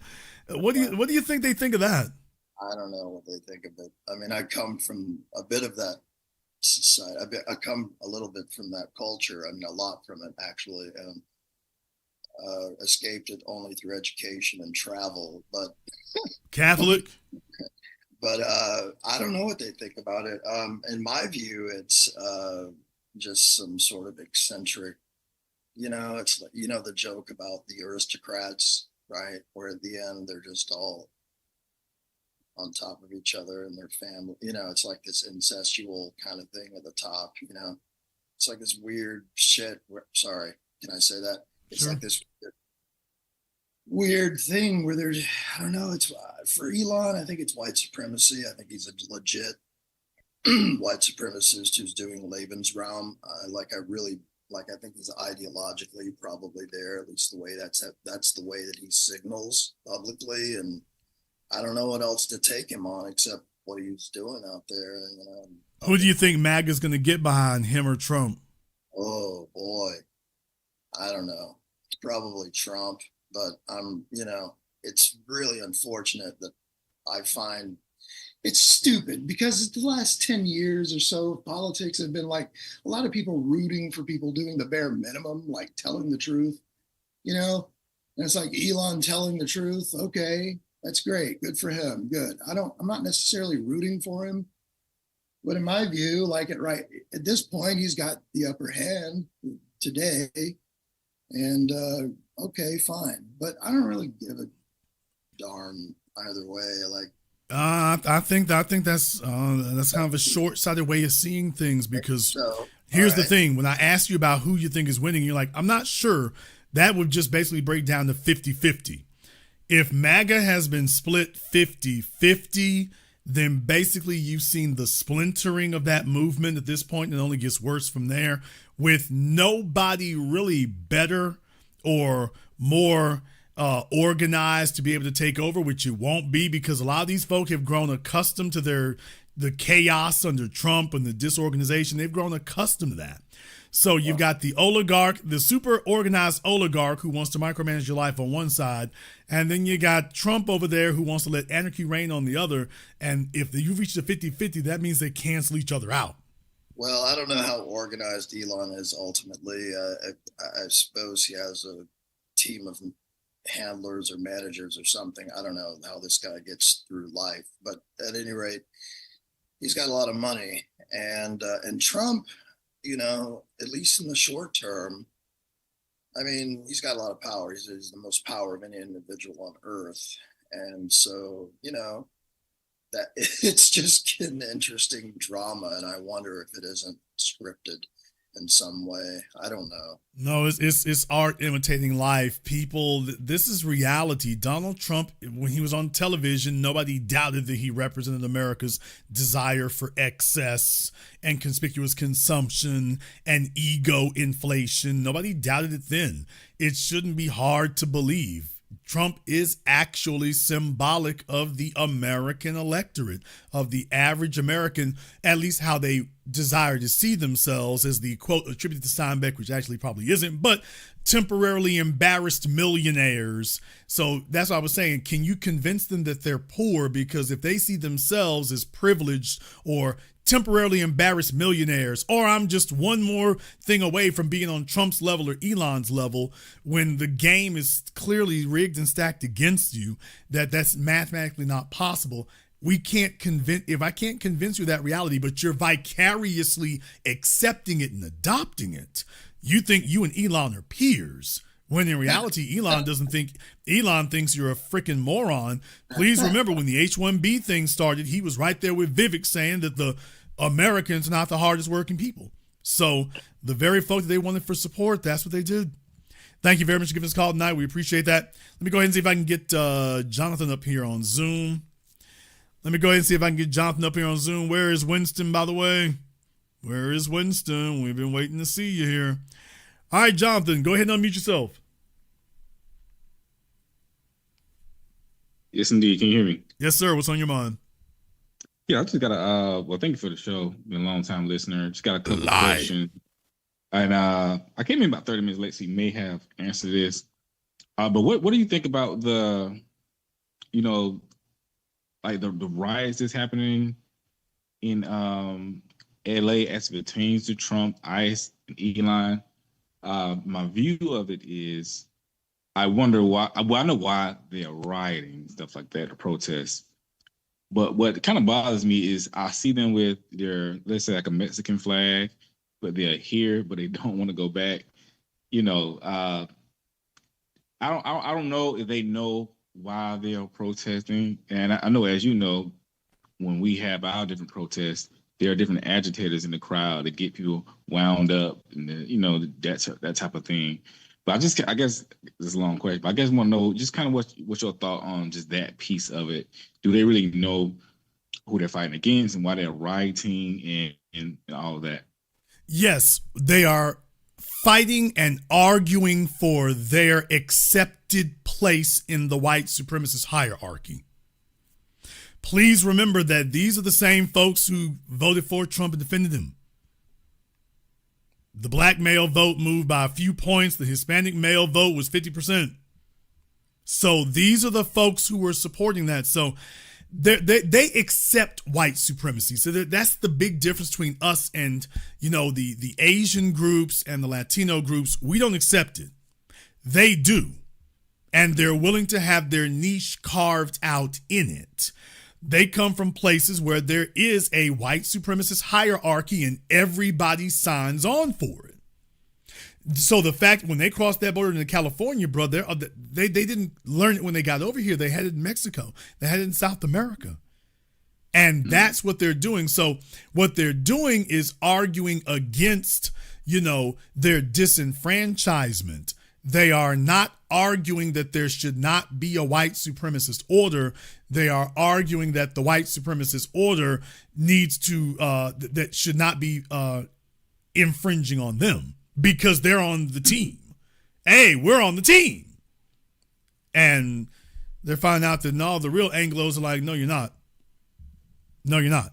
So that's what they're really arguing for, is to remind you that, hey, we're on the team, and y'all are not respecting our team membership. Mm-hmm. And I have one more question for us. Is that okay? Yes, go ahead. Yes, sir. Yeah. So I know it's kind of early, but based on all the stuff you've been saying tonight about what's going to happen with Trump and Elon, Republican Party, do you think that the Democratic side will take back the White House in 2028, just kind of based on what we see now? That's very possible that it could have, because right now it's no longer about do you have the most powerful candidate. It's about do you have the least disgusting one. So whoever is the lesser of the two evils, whoever is the less reprehensible one, whoever is the less embarrassing one, basically is going to win by attrition.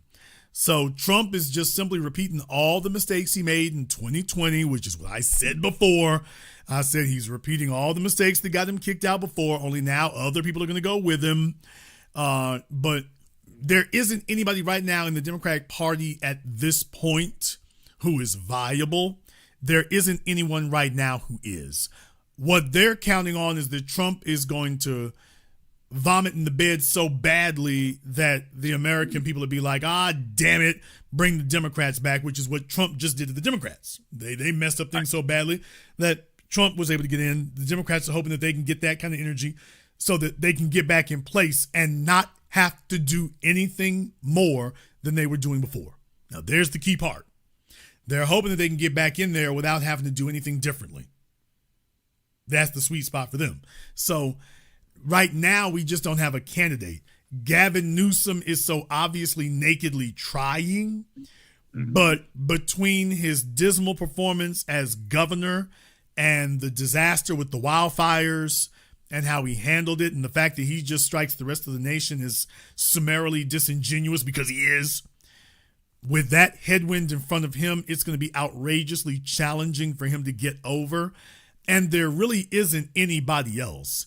Governor Wes Moore is running into headwinds up there in Maryland, which is what I said the whole time. I told people, I said a year ago, man, stop telling his name to me. Y'all are not paying attention to what's going on up there. This guy is not ready for prime time. He's not ready.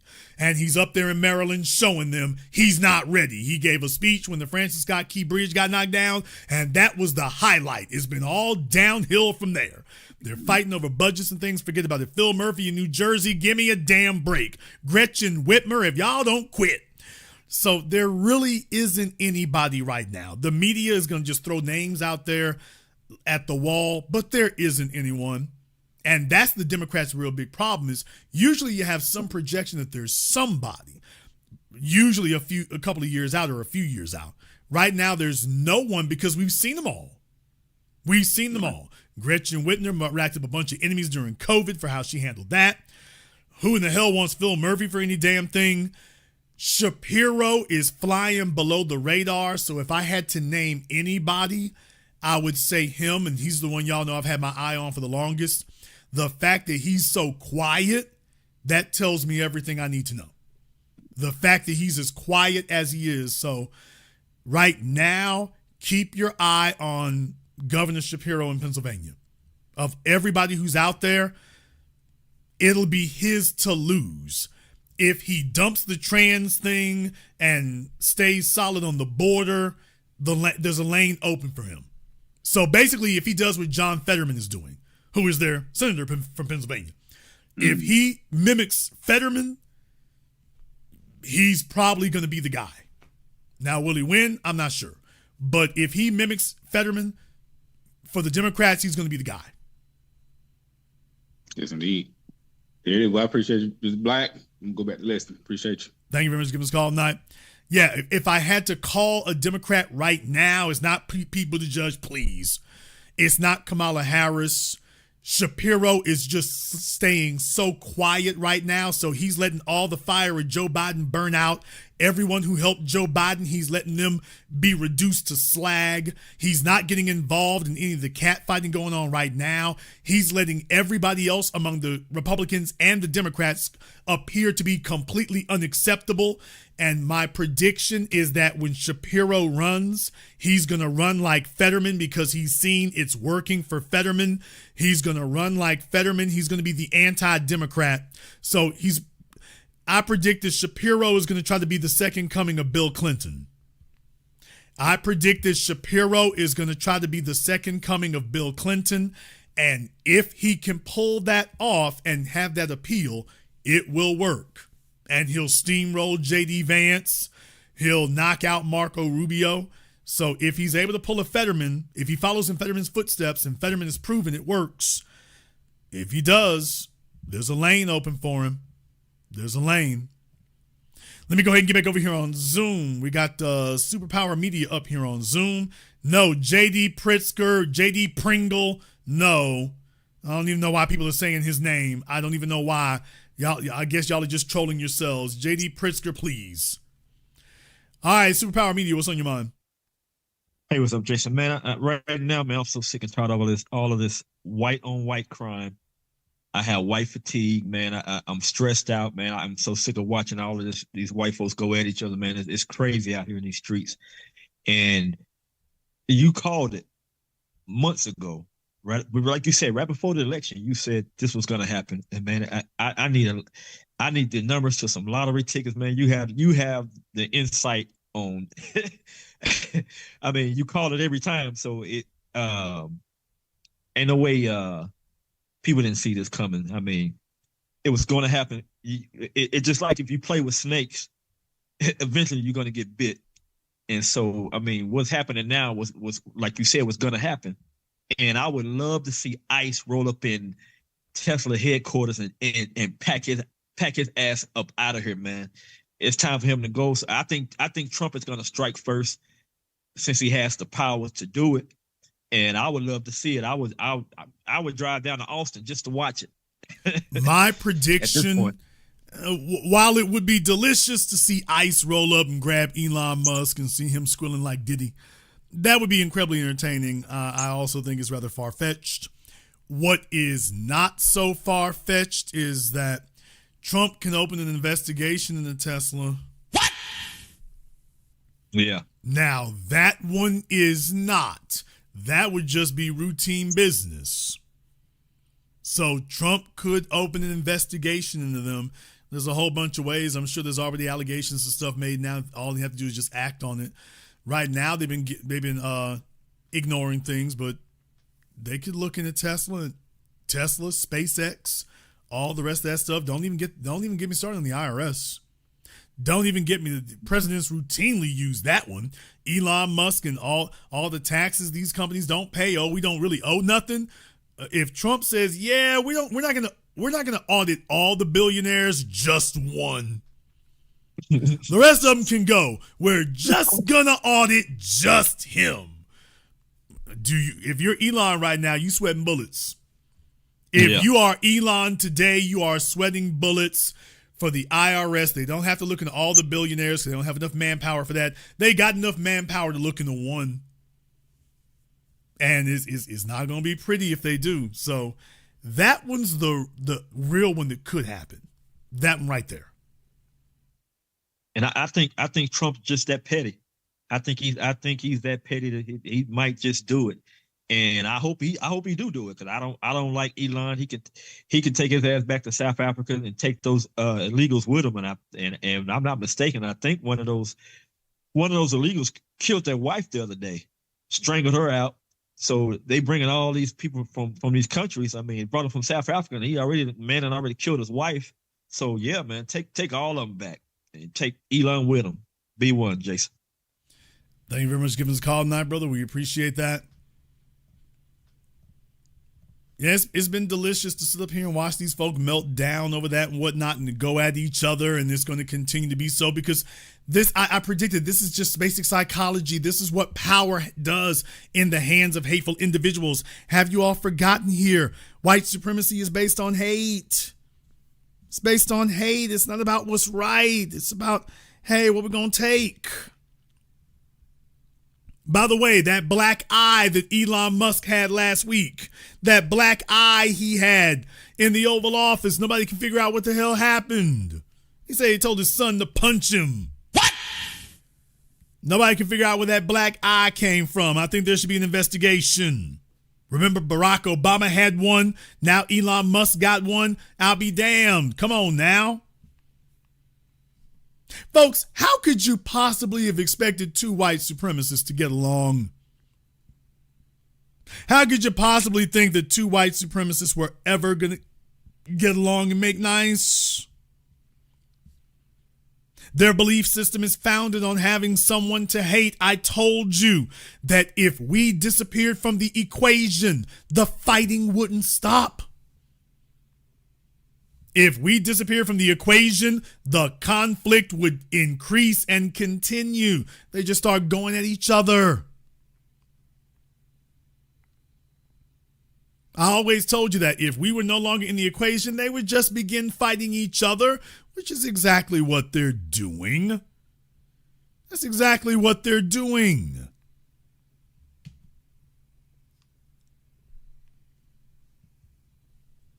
I told everyone then that it wasn't weakness that would destroy them. It was power that would do it. I wanted them to get power while everybody else was trying to tell me that that's not the case. And, oh, Jason, it's going to go to hell if you let that happen. Feed them as much power as you can give them.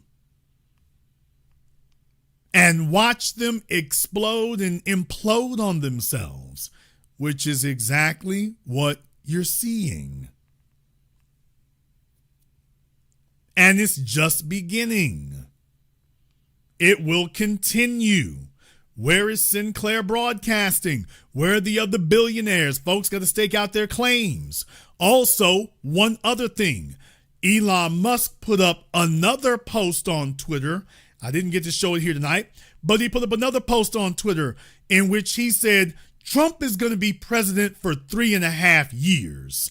I'm going to be where I'm going to be for the next 40 years.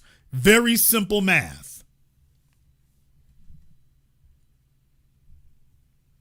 I'm telling you that they're already looking past Trump. They're already looking to who comes next. Those are the folks you need to be watching. People are going to be trying to cut deals behind the scenes. If you can have Elon's deep pockets backing you, tell them, okay, we're going to have to sweat it out for another couple of years here, but on the other side of that, hey, bruh, if you back me, I'll make sure Tesla's taken care of if you back me. You think they're not already lined up to see who can get eaten at the slop trough? With Musk with pockets that damn big and that damn deep? You think that there are folks not already behind the scenes talking to Zuckerberg, Jeff Bezos, Musk, and saying, hey, y'all can't just spread money around to everybody. You're going to have to make some specific things happen. You can't just give money to everyone. You're going to have to make some specific things occur. I don't think Elon's going to be so hard to convince now. You don't want the Justice Department to open up an investigation into you. Joe Biden's Justice Department opened up the investigation into Facebook. Trump's Justice Department has picked it up and carried it on. They didn't stop it. They've just carried it on. All right, we got Dabala up here on Zoom. Dabala, what's on your mind? Yes, sir. Can you hear me? Yes, sir. What's on your mind? Yes, sir, Mr. Black. There's an old Chinese proverb that comes to mind of what you just said. It says, two tigers cannot share the same mountain. And that's what you have is two egomaniacs, megalomaniacs that at some point this was going to come to a head. What I found that was interesting is, and there's an irony to this, is like if Trump was self-aware or introspective enough and asked the question, I wonder how people experience me. Well, if you look at Elon and how thin-skinned he is along with Trump, he would have his answer right there.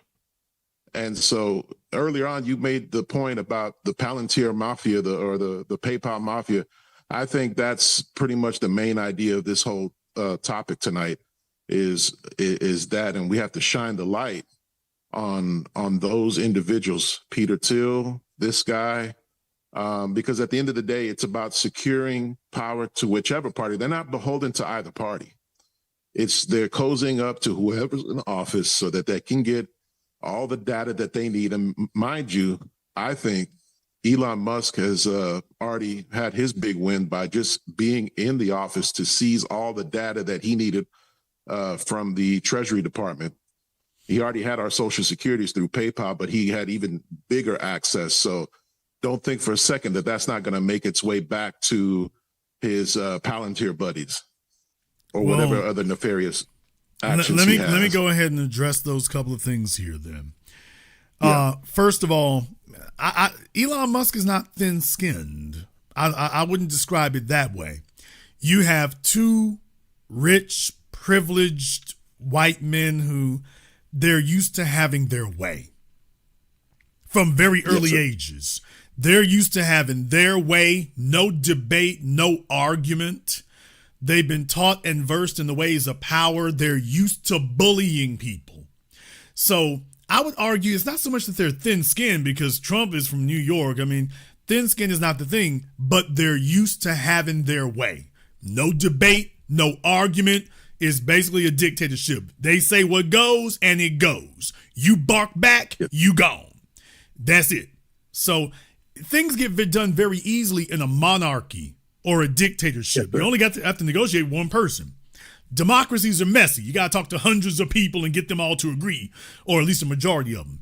Dictatorships run very easily. So these are two men who are used to running a dictatorship. They're used to being the sole authority, and they're used to making enemies by making quick decisions, and whoever don't like it, you just got to live with it. So I would describe it that way. It seems thin-skinned, but they're just used to just having their way. That's all. They're just used to saying this was going to be, and that's it. Now, let's talk about Elon. Yes, sir. You're going to have a very difficult time unwinding that. Folks are going to have a very difficult time unwinding that, and this was by design. Jeff Bezos, when he pivoted from selling books and knickknacks on Amazon to Amazon Prime and then Amazon Web Services, they didn't just make Amazon Web Services for nothing. Amazon Web Services is what they refer to in data as a backbone system. It's so large, it carries so much data. There's so much in the federal government that runs on Amazon Web Services. It is the backbone of a lot of what the federal government does, of its computer powers, of its transmission, communication. Amazon Web Services, for a lot of websites that you all go to are actually powered by Amazon Web Services. I'm talking about major websites. A lot of them are powered by Amazon Web Services. So unraveling that would be very difficult to do. If the federal government, in the Pentagon, in the IRS, it would be hard to unravel Amazon. Now let's move over to Elon Musk. Brother, you can't unravel Starlink now. There's a reason why he kept his mouth shut until Starlink was viable. With Starlink up, that's it. You're talking hundreds of satellites now. Hundreds. Not a few. Hundreds. You can't just replace that. And you can't force him to take the ones he's got up down. The rocket ships and stuff, there's a reason why he was quiet for the last decade. He has become NASA. Elon Musk is NASA now. With all the investment and all of the research and development, the Dragon and the Merlin rockets, that is Falcon Super Heavy, that is NASA now. To the extent that If you need to go into space, NASA isn't really, Boeing is now out of here. They never should have been in, but Boeing is out of here for the space capsules. It's all about SpaceX now. That was not a product of 10 days or 10 weeks. That was a product of 10 years. So in order to unravel Elon, you're going to have a 10-year time plan. Even if we bring Jeff Bezos in, you're not talking months, you're talking years to unravel that and then put somebody else in place. You're going to have to unravel all of that. And that's going to be very, very hard to do because right now, if you don't have, nobody has canceled Dragon, stop it. Just folks talk stupid. Right now, you can't get anything done in space on America right now without SpaceX because that's where they put all their chips on that. That's it. They're the ones who run it. He didn't say that because it was an idle threat. He's like, without us, this thing doesn't grind to a stop next year. It stops today. You can't do anything. There isn't anyone else. We are NASA. So it would be extremely difficult to unravel that and unwind that. You could do it, but you'd have to start all over again. And you're not going to have any help from Elon to transfer to somebody else. That's going to be a hell of a spot to be in. You're basically saying that the American space program has come to a screeching halt. China ain't stopping. Russia ain't stopping. India's not stopping. But America's will have just ground to a halt in a single day. Can you afford to do that? No. You can't. Well, did you hear what Steve Bannon said? He said he ought to. He's talking about they want to Trump deport now. him and, yeah. Well, yeah, seize his SpaceX company and all his other companies and just nationalize it. But then again, it takes lots of investment in infrastructure building that you get a lot faster results leaving that in the private sector as opposed to leaving in public sector. That all sounds great. That all sounds wonderful. Donald Trump cannot nationalize anything. That would take an act of Congress. Elon Musk is one of the 3 richest people on the planet. You're going to be in court before you can ever do anything like that. Are you going to get the Democrats to help you do it? Are the Republicans going to sign off on nationalizing a private business? So that sounds great in theory from Steve Bannon. He says a lot of things. That one's not happening. The only way you could nationalize an American corporation of that size and that scale is if the company itself asked you to, or if there were some national emergency that simply required it. And this is neither one of those. Trump being pissy on a weekend, that happens every other week. So, no, you're not going to nationalize that. Steve has had an axe to grind with Elon for the longest time. He always has. He's never liked the technocrats. He doesn't like any of those industrialists around, nor should he. So Steve is actually a very practical person in that regard. But you're not going to be able to do that. If you want Elon out, you're going to have to find something else, although that's going to be very difficult to do. You can't feed a dragon until he's 500 tons and then think you're just going to walk in, with a fly swatter and kill him. That doesn't work that way. Elon has been built up over the course of the last 20 years. The time to be keeping him small was when you were giving away all those chargers to him and helping him build out his network and making him one of the richest men on the planet. That was the time to be stopping him. It's too late now.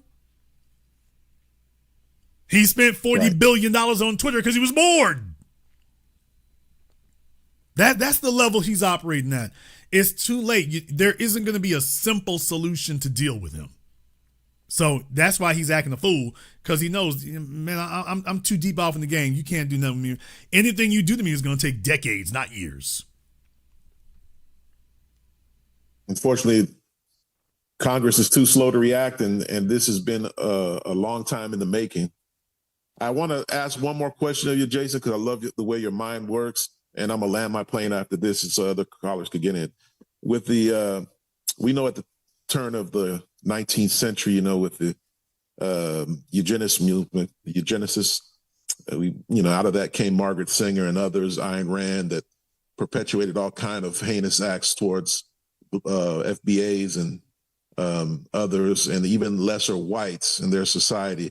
Do you see the technocrats, those that subscribe to the transhumanist movement, as the next iteration of that, of the next form of white supremacy? Yeah, I mean, if they have their druthers, of course.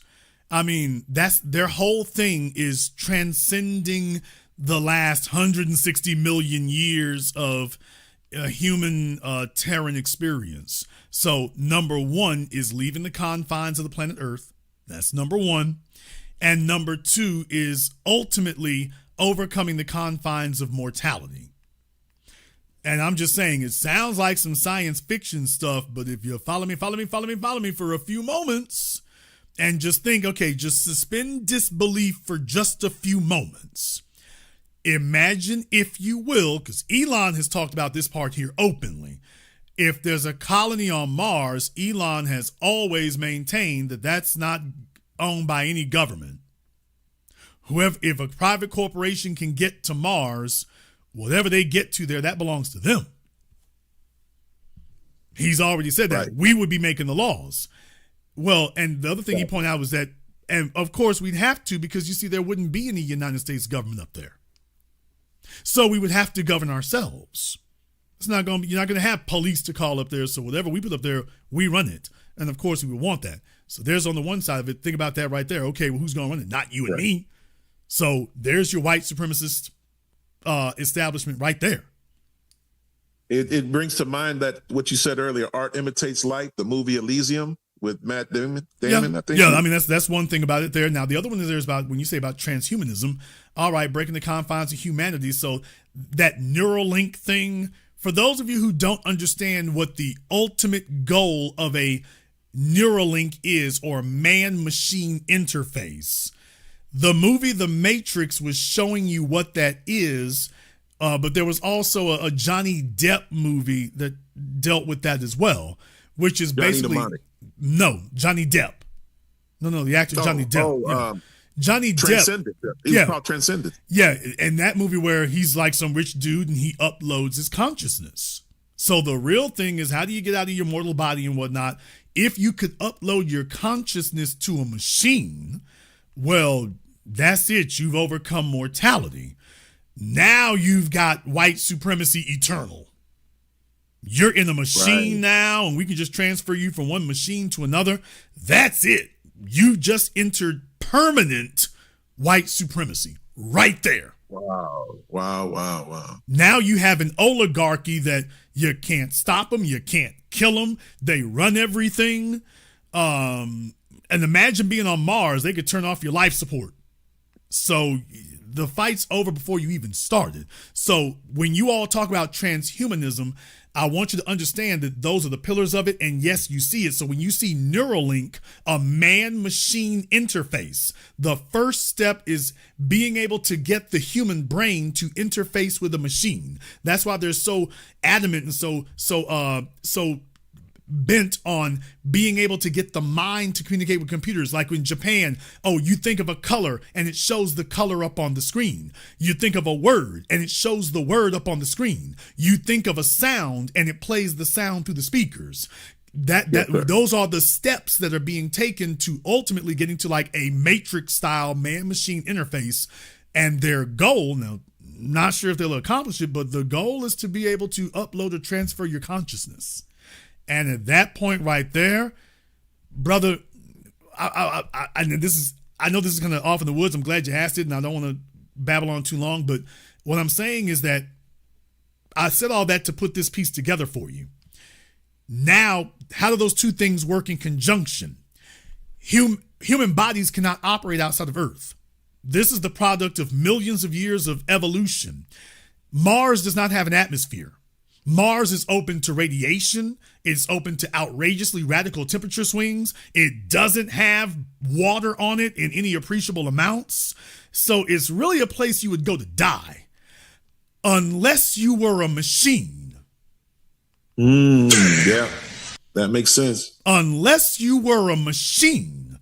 Now, if you were a machine or a machine-like device or one of those androids from Aliens or something, just think like that, part machine, part organic, Well, now you would be far less susceptible to that. All of a sudden, that rocket ship going to Mars isn't so hazardous anymore. Now, you talked about Elysium. I would give you another one, Tom Cruise's Oblivion. Mm-hmm. They were going out to the moon Titan.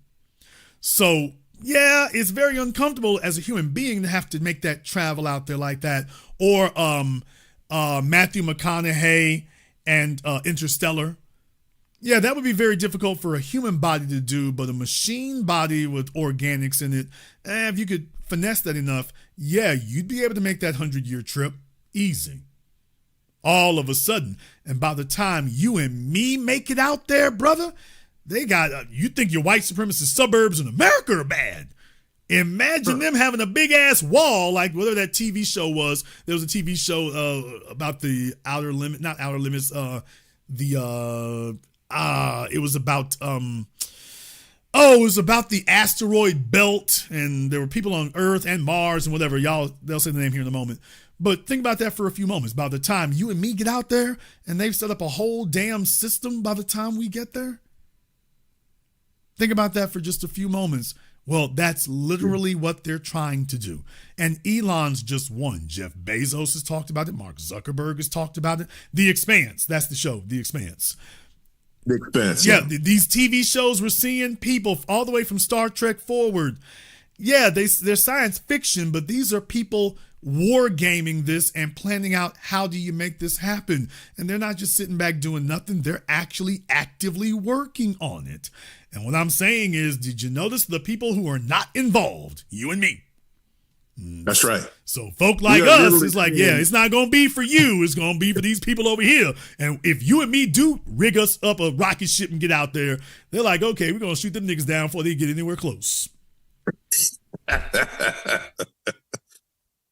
Yeah, it's we're literally seeing the architects, the founders of Skynet in real time in this generation. So I don't know how long it's going to be till it happens, but I do thank you for the discussion. As always, my brother, you always bring it to another level. I appreciate you. Thank you very much for giving us a call tonight. Folks, it goes further than that. The movies like Lucy with Scarlett Johansson. What would happen if you use 100% of the brain? Now, that's based on a misnomer because we use our whole brains, but that's a bit of a psychological experiment there. What would happen if you could use more of your brain? But the theory behind it is, how limited are we? And these other folk are like, by the way, hey, we think there's other things we can unlock. There's other things that we could maneuver on. So the human brain is what we call wetware. It's not software. It's not hardware. The human brain technically is what, in technological terms, is what you would call wetware. Well, yeah, but the human brain is also fragile. So if you could deal with that and change that, if you could put it into something more durable, then what? Well, there goes disease, there goes aging, there goes mental decline and degeneration. You start becoming a machine. It's like your lifespan now is going to be measured in centuries, not years. And whoever gets there first will plot the future. There's a whole bunch of movies and TV shows. These are not psyops. You are dealing with a society that is exploring what the future will be and what the next step of dominance will be. They believe that the human body has taken us as far as it can go, and that now you're going to have to make the next step to something else. While you sitting up here talking about the pyramids and way long ago, these other folk are like, hey, the human body's gone as far as it can go. Where are we going to take this next? What do we unlock next? And it sounds fanciful until you consider, by the way, what if they're able to pull it off? Damn! What? It all sounds very fanciful until you consider one question. Yeah, okay, it sounds really far-fetched. I get that. But by the way, what happens if they actually pull it off? If they actually succeed? What will that mean? Oh, well, that means they dominate Mars, they dominate the Milky Way galaxy, and as black people, you will just be confined to a very small part of Earth.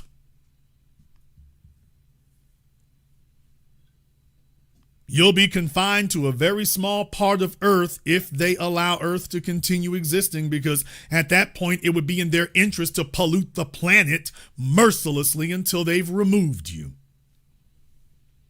It would be in their interest to pollute the planet unmercifully until they've made it so inhospitable that you're gone, and then they would come in and clean it up, and oh, what do you know?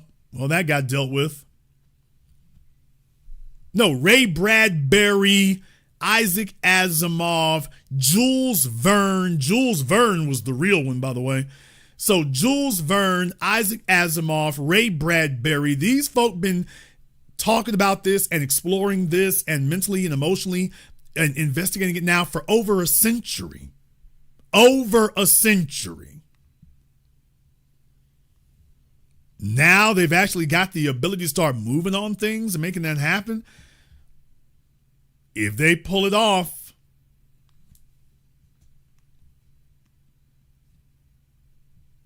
some folk don't think it's a matter of if, they think it's a matter of when. So yeah, the last 500 years of white supremacy, if they have their way, we'll be talking about those as the good old days. All right, we got Brother Huey up here on Zoom. What's on your mind, Huey? Not much, Brother Jason, man. You called everything from the time Trump got elected all the way until now.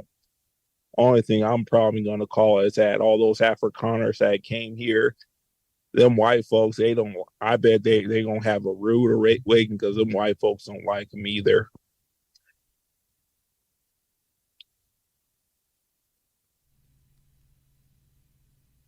Okay, was that all? Oh, can you hear me? Yes, sir. We hear you. I don't know if you were talking or not, but you stopped talking. I was saying that you called everything right up to when Trump got elected, and I was mentioning that all these Afrikaners that came into United States, some of them are gonna get a rude awakening call because some of these white folks here, they don't like their asses either. Is what I was trying to point out. Yeah, I mean, like I say, when you have hateful people, all you gotta do is gather them together. I never saw these people as brilliant. They were never brilliant. They were always just vicious little petty people who were the best thieves in the building, but they were never brilliant. They were always petty. They were always very vicious. And the best thing is when you got people who are petty and vicious, arm them well. Give them as many arms, as much food, and then lock them in a room together and sit back and watch the fireworks. That's all you have to do. Yep. They celebrated too damn quickly. Their lackeys and flunkies online followed right behind them. They started declaring victory before they even got to the White House. They were never cohesive. This was always a marriage of convenience between groups who could not stand each other because they're vying for power over each other, not with each other. And it's like, okay, they barely were able to get through the damn election. Everybody was focused on getting through that election. And I was like, okay, have you considered what's going to happen after you win? Oh, we'll deal with that later. No, you're going to deal with that now. And here you are. All that backfired. All those. Your volume is low, brother. Sorry about that. I got it close. So yeah, all those like Latinos, all them anti-racist tethers, they're already getting their wake up call, and it's a good thing. All we gotta do is just sit back in the cut and just watch the shit hit the fan with our popcorn. Okay, well, thank you very much for giving us a call tonight, brother. We appreciate that. Like I say, don't get rattled. People who got emotional back in November, people who were emotional, easily triggered, getting all scared and stuff. You didn't see me do that. Stay calm, stay level, keep a steady hand on it. Don't get all emotionally flustered. Stay focused. If you do that, that deals with so much. That really does. Staying focused deals with so much. And it went exactly the way I said it. And the rest of it's going to go that way too. So it's just gotten started. Look for it to get uglier because team reflects leadership. Look for there to be complete breakdowns. Look for them to start fighting in other ways, other people there. You know what's going to be really crazy is when Trump and them start fighting with the women. What? Oh, that's when it's going to get ugly. I'm waiting for the women to come out at him. Trump is eventually going to do something to one of them chicks that they don't like. Eventually, he's going to do something to one of them. Not sure when that's going to occur, but wait for the real fireworks to happen then. Or at least wait for a continuation of the real fireworks. When he does something, when one of the females starts talking about him and starts talking against him because they didn't get what they want. So, yeah, be looking for that one. Be looking for that one. Bottom line is, ain't no easy way out. There's no easy way out. Megyn Kelly is already circling back around again. She's treading carefully, but she's already starting to infringe on that. She's made a couple of comments I heard her make that make it clear she's ready to go back to not being on Trump's good side anymore because basically he's not going to have much to give. Yeah, everybody is starting to get themselves in position. She just did an interview with Ben Shapiro, so everybody is starting to get themselves in the position. If they were doubting me before, they see the writing's on the wall. The writing is on the wall. Let me go ahead and get over here on Zoom. We got MB up here on Zoom. MB, what's on your mind? Hey, what's good, big bro? Appreciate your broadcast, man. Yeah, you called it. One thing about the Trump presidency, a couple things is that a lot of things happening a lot faster, for better or worse, than I expected. There was some legislation he's trying to pass through that, I kind of knew about through last year, but then like a lot of the other stuff, like especially the fallout is happening a lot faster than expected as well. It's, so it's a lot that's happening in accelerated time frame with Trump. But one question I have, and also the tariff thing, which also happened a lot sooner than expected as well, which leads me to one thing I noticed about Trump over the past couple of weeks. It just seems like to me that he's sounded a little more empathetic with China and them and their rare earths. He sounded a little more simple. So my question to you, do you think Trump's pettiness against Elon may have him soften things more with China as far as having it where BYD may very more possibly, come to America sooner than expected? No, so much of American corporations are dependent on China, so working out something with them one way or the other is essential. BYD is not just a threat to Tesla, they're a threat to all your domestic manufacturers here in America. So sure, Elon is not the only one who would be very, very resistant to opening that particular thing up. So, so it goes deeper than just that. It's the automotive industry that would not respond to that very well.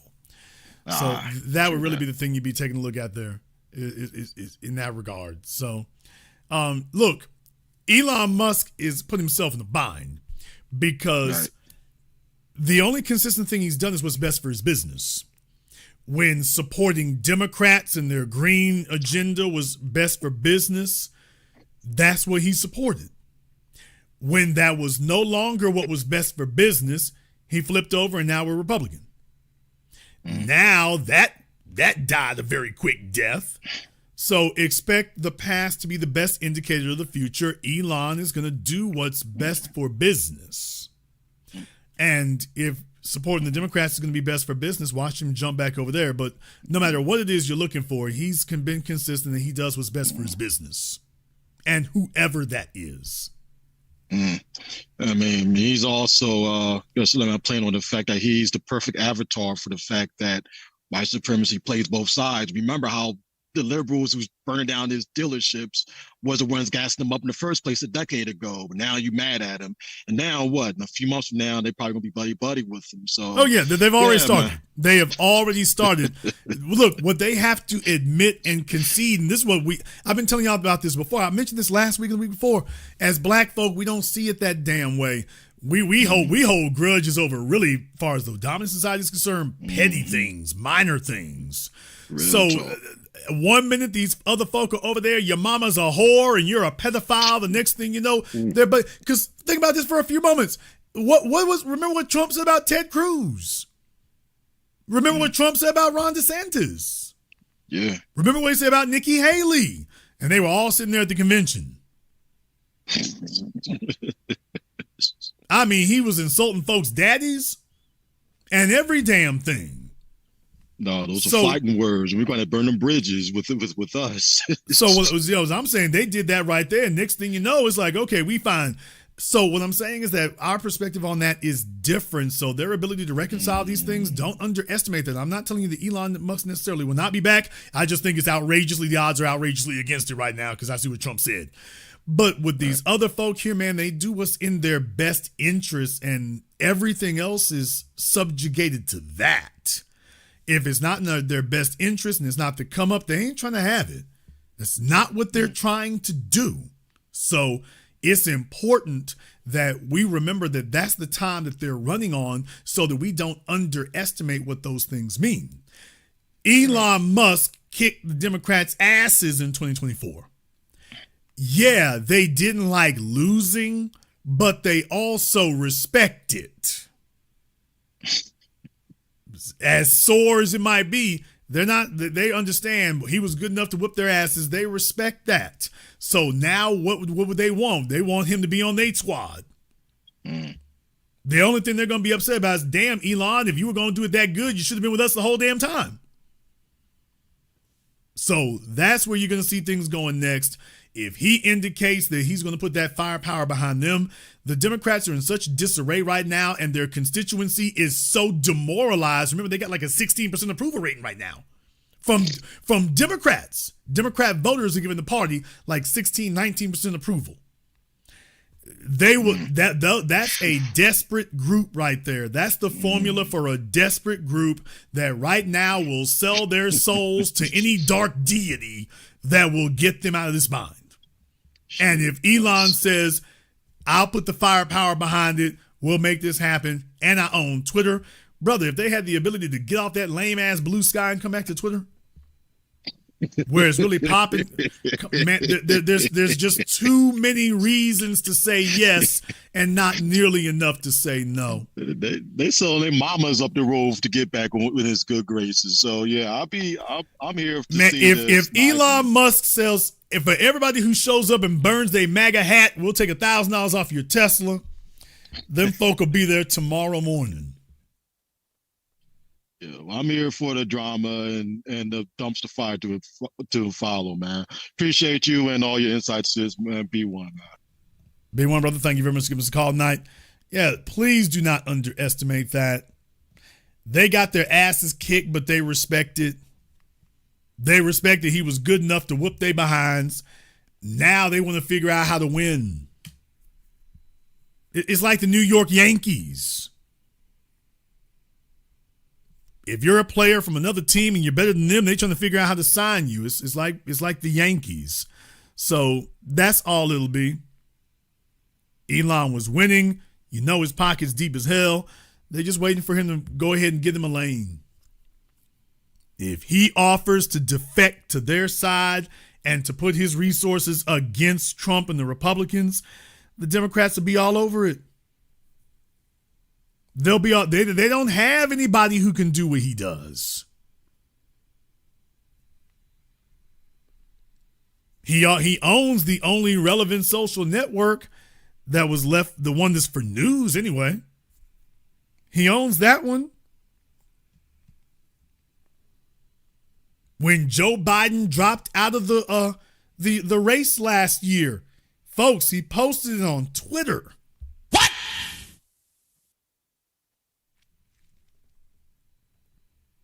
Nobody was going to the White House website to find out what Joe Biden was going to do, man. Nobody did that.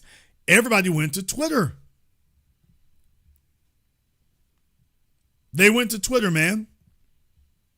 So if he's willing to arm that thing If he's willing to arm it and put it to use for the Democrats, they're going to be all on board. Because they're tired of losing. So if Elon is able to give them the edge, they will take the edge. If Elon gives them the edge, they are going to take it. All is fair in love and war, and that's politics. So as far as they're concerned, if teaming up with Elon is the way to win, that's what they're... Remember, these are the same Democrats who just last year were booed up with "Damn me, Dick Cheney." Remember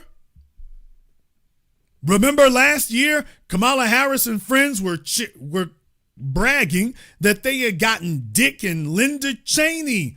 Liz Cheney is still up here and support them. Nigga, what? Yeah, these are the same Democrats now. Same Democrat Party. Dick Cheney was something to brag about last year.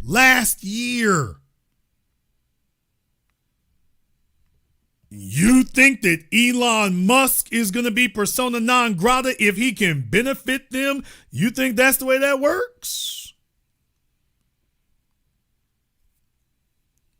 Trump wasn't even in office and the Democrats were bragging about having Dick Cheney support. Dick Cheney.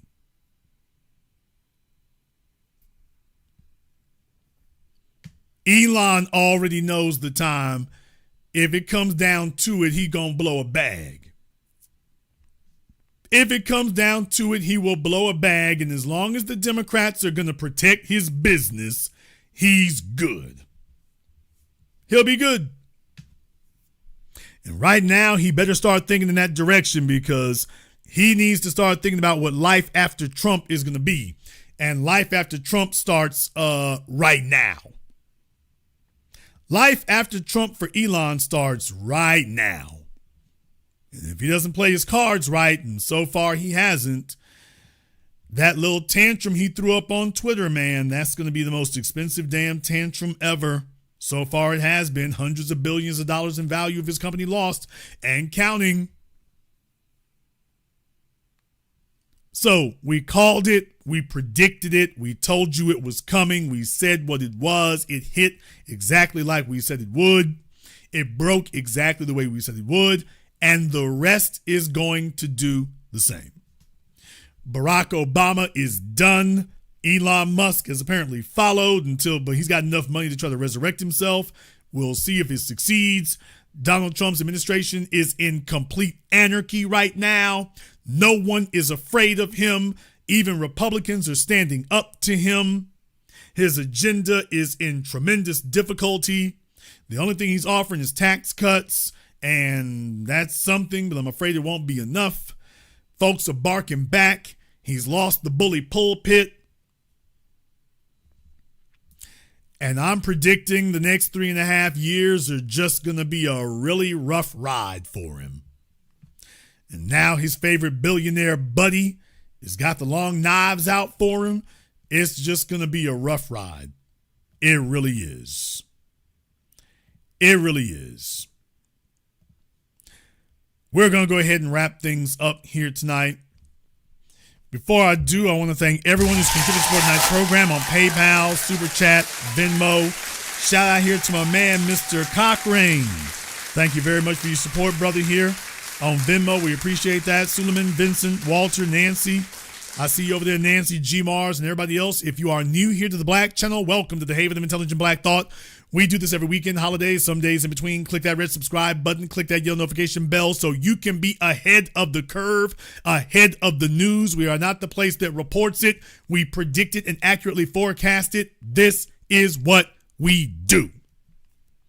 If you haven't been to our website, blackchannelfilms.com, check out our groundbreaking best-selling documentary work, blackchannelfilms.com. That is blackchannelfilms.com. I'd like to thank all of you for tuning in to tonight's program, live or recorded. Thank you for liking, subscribing, and sharing. And this concludes tonight's broadcast of the Black Channel. I am your host, your brother, your humble servant, the Black Authority. And until next time, my brothers and my sisters from around the world, remember, black is the future and the future is uncomfortable.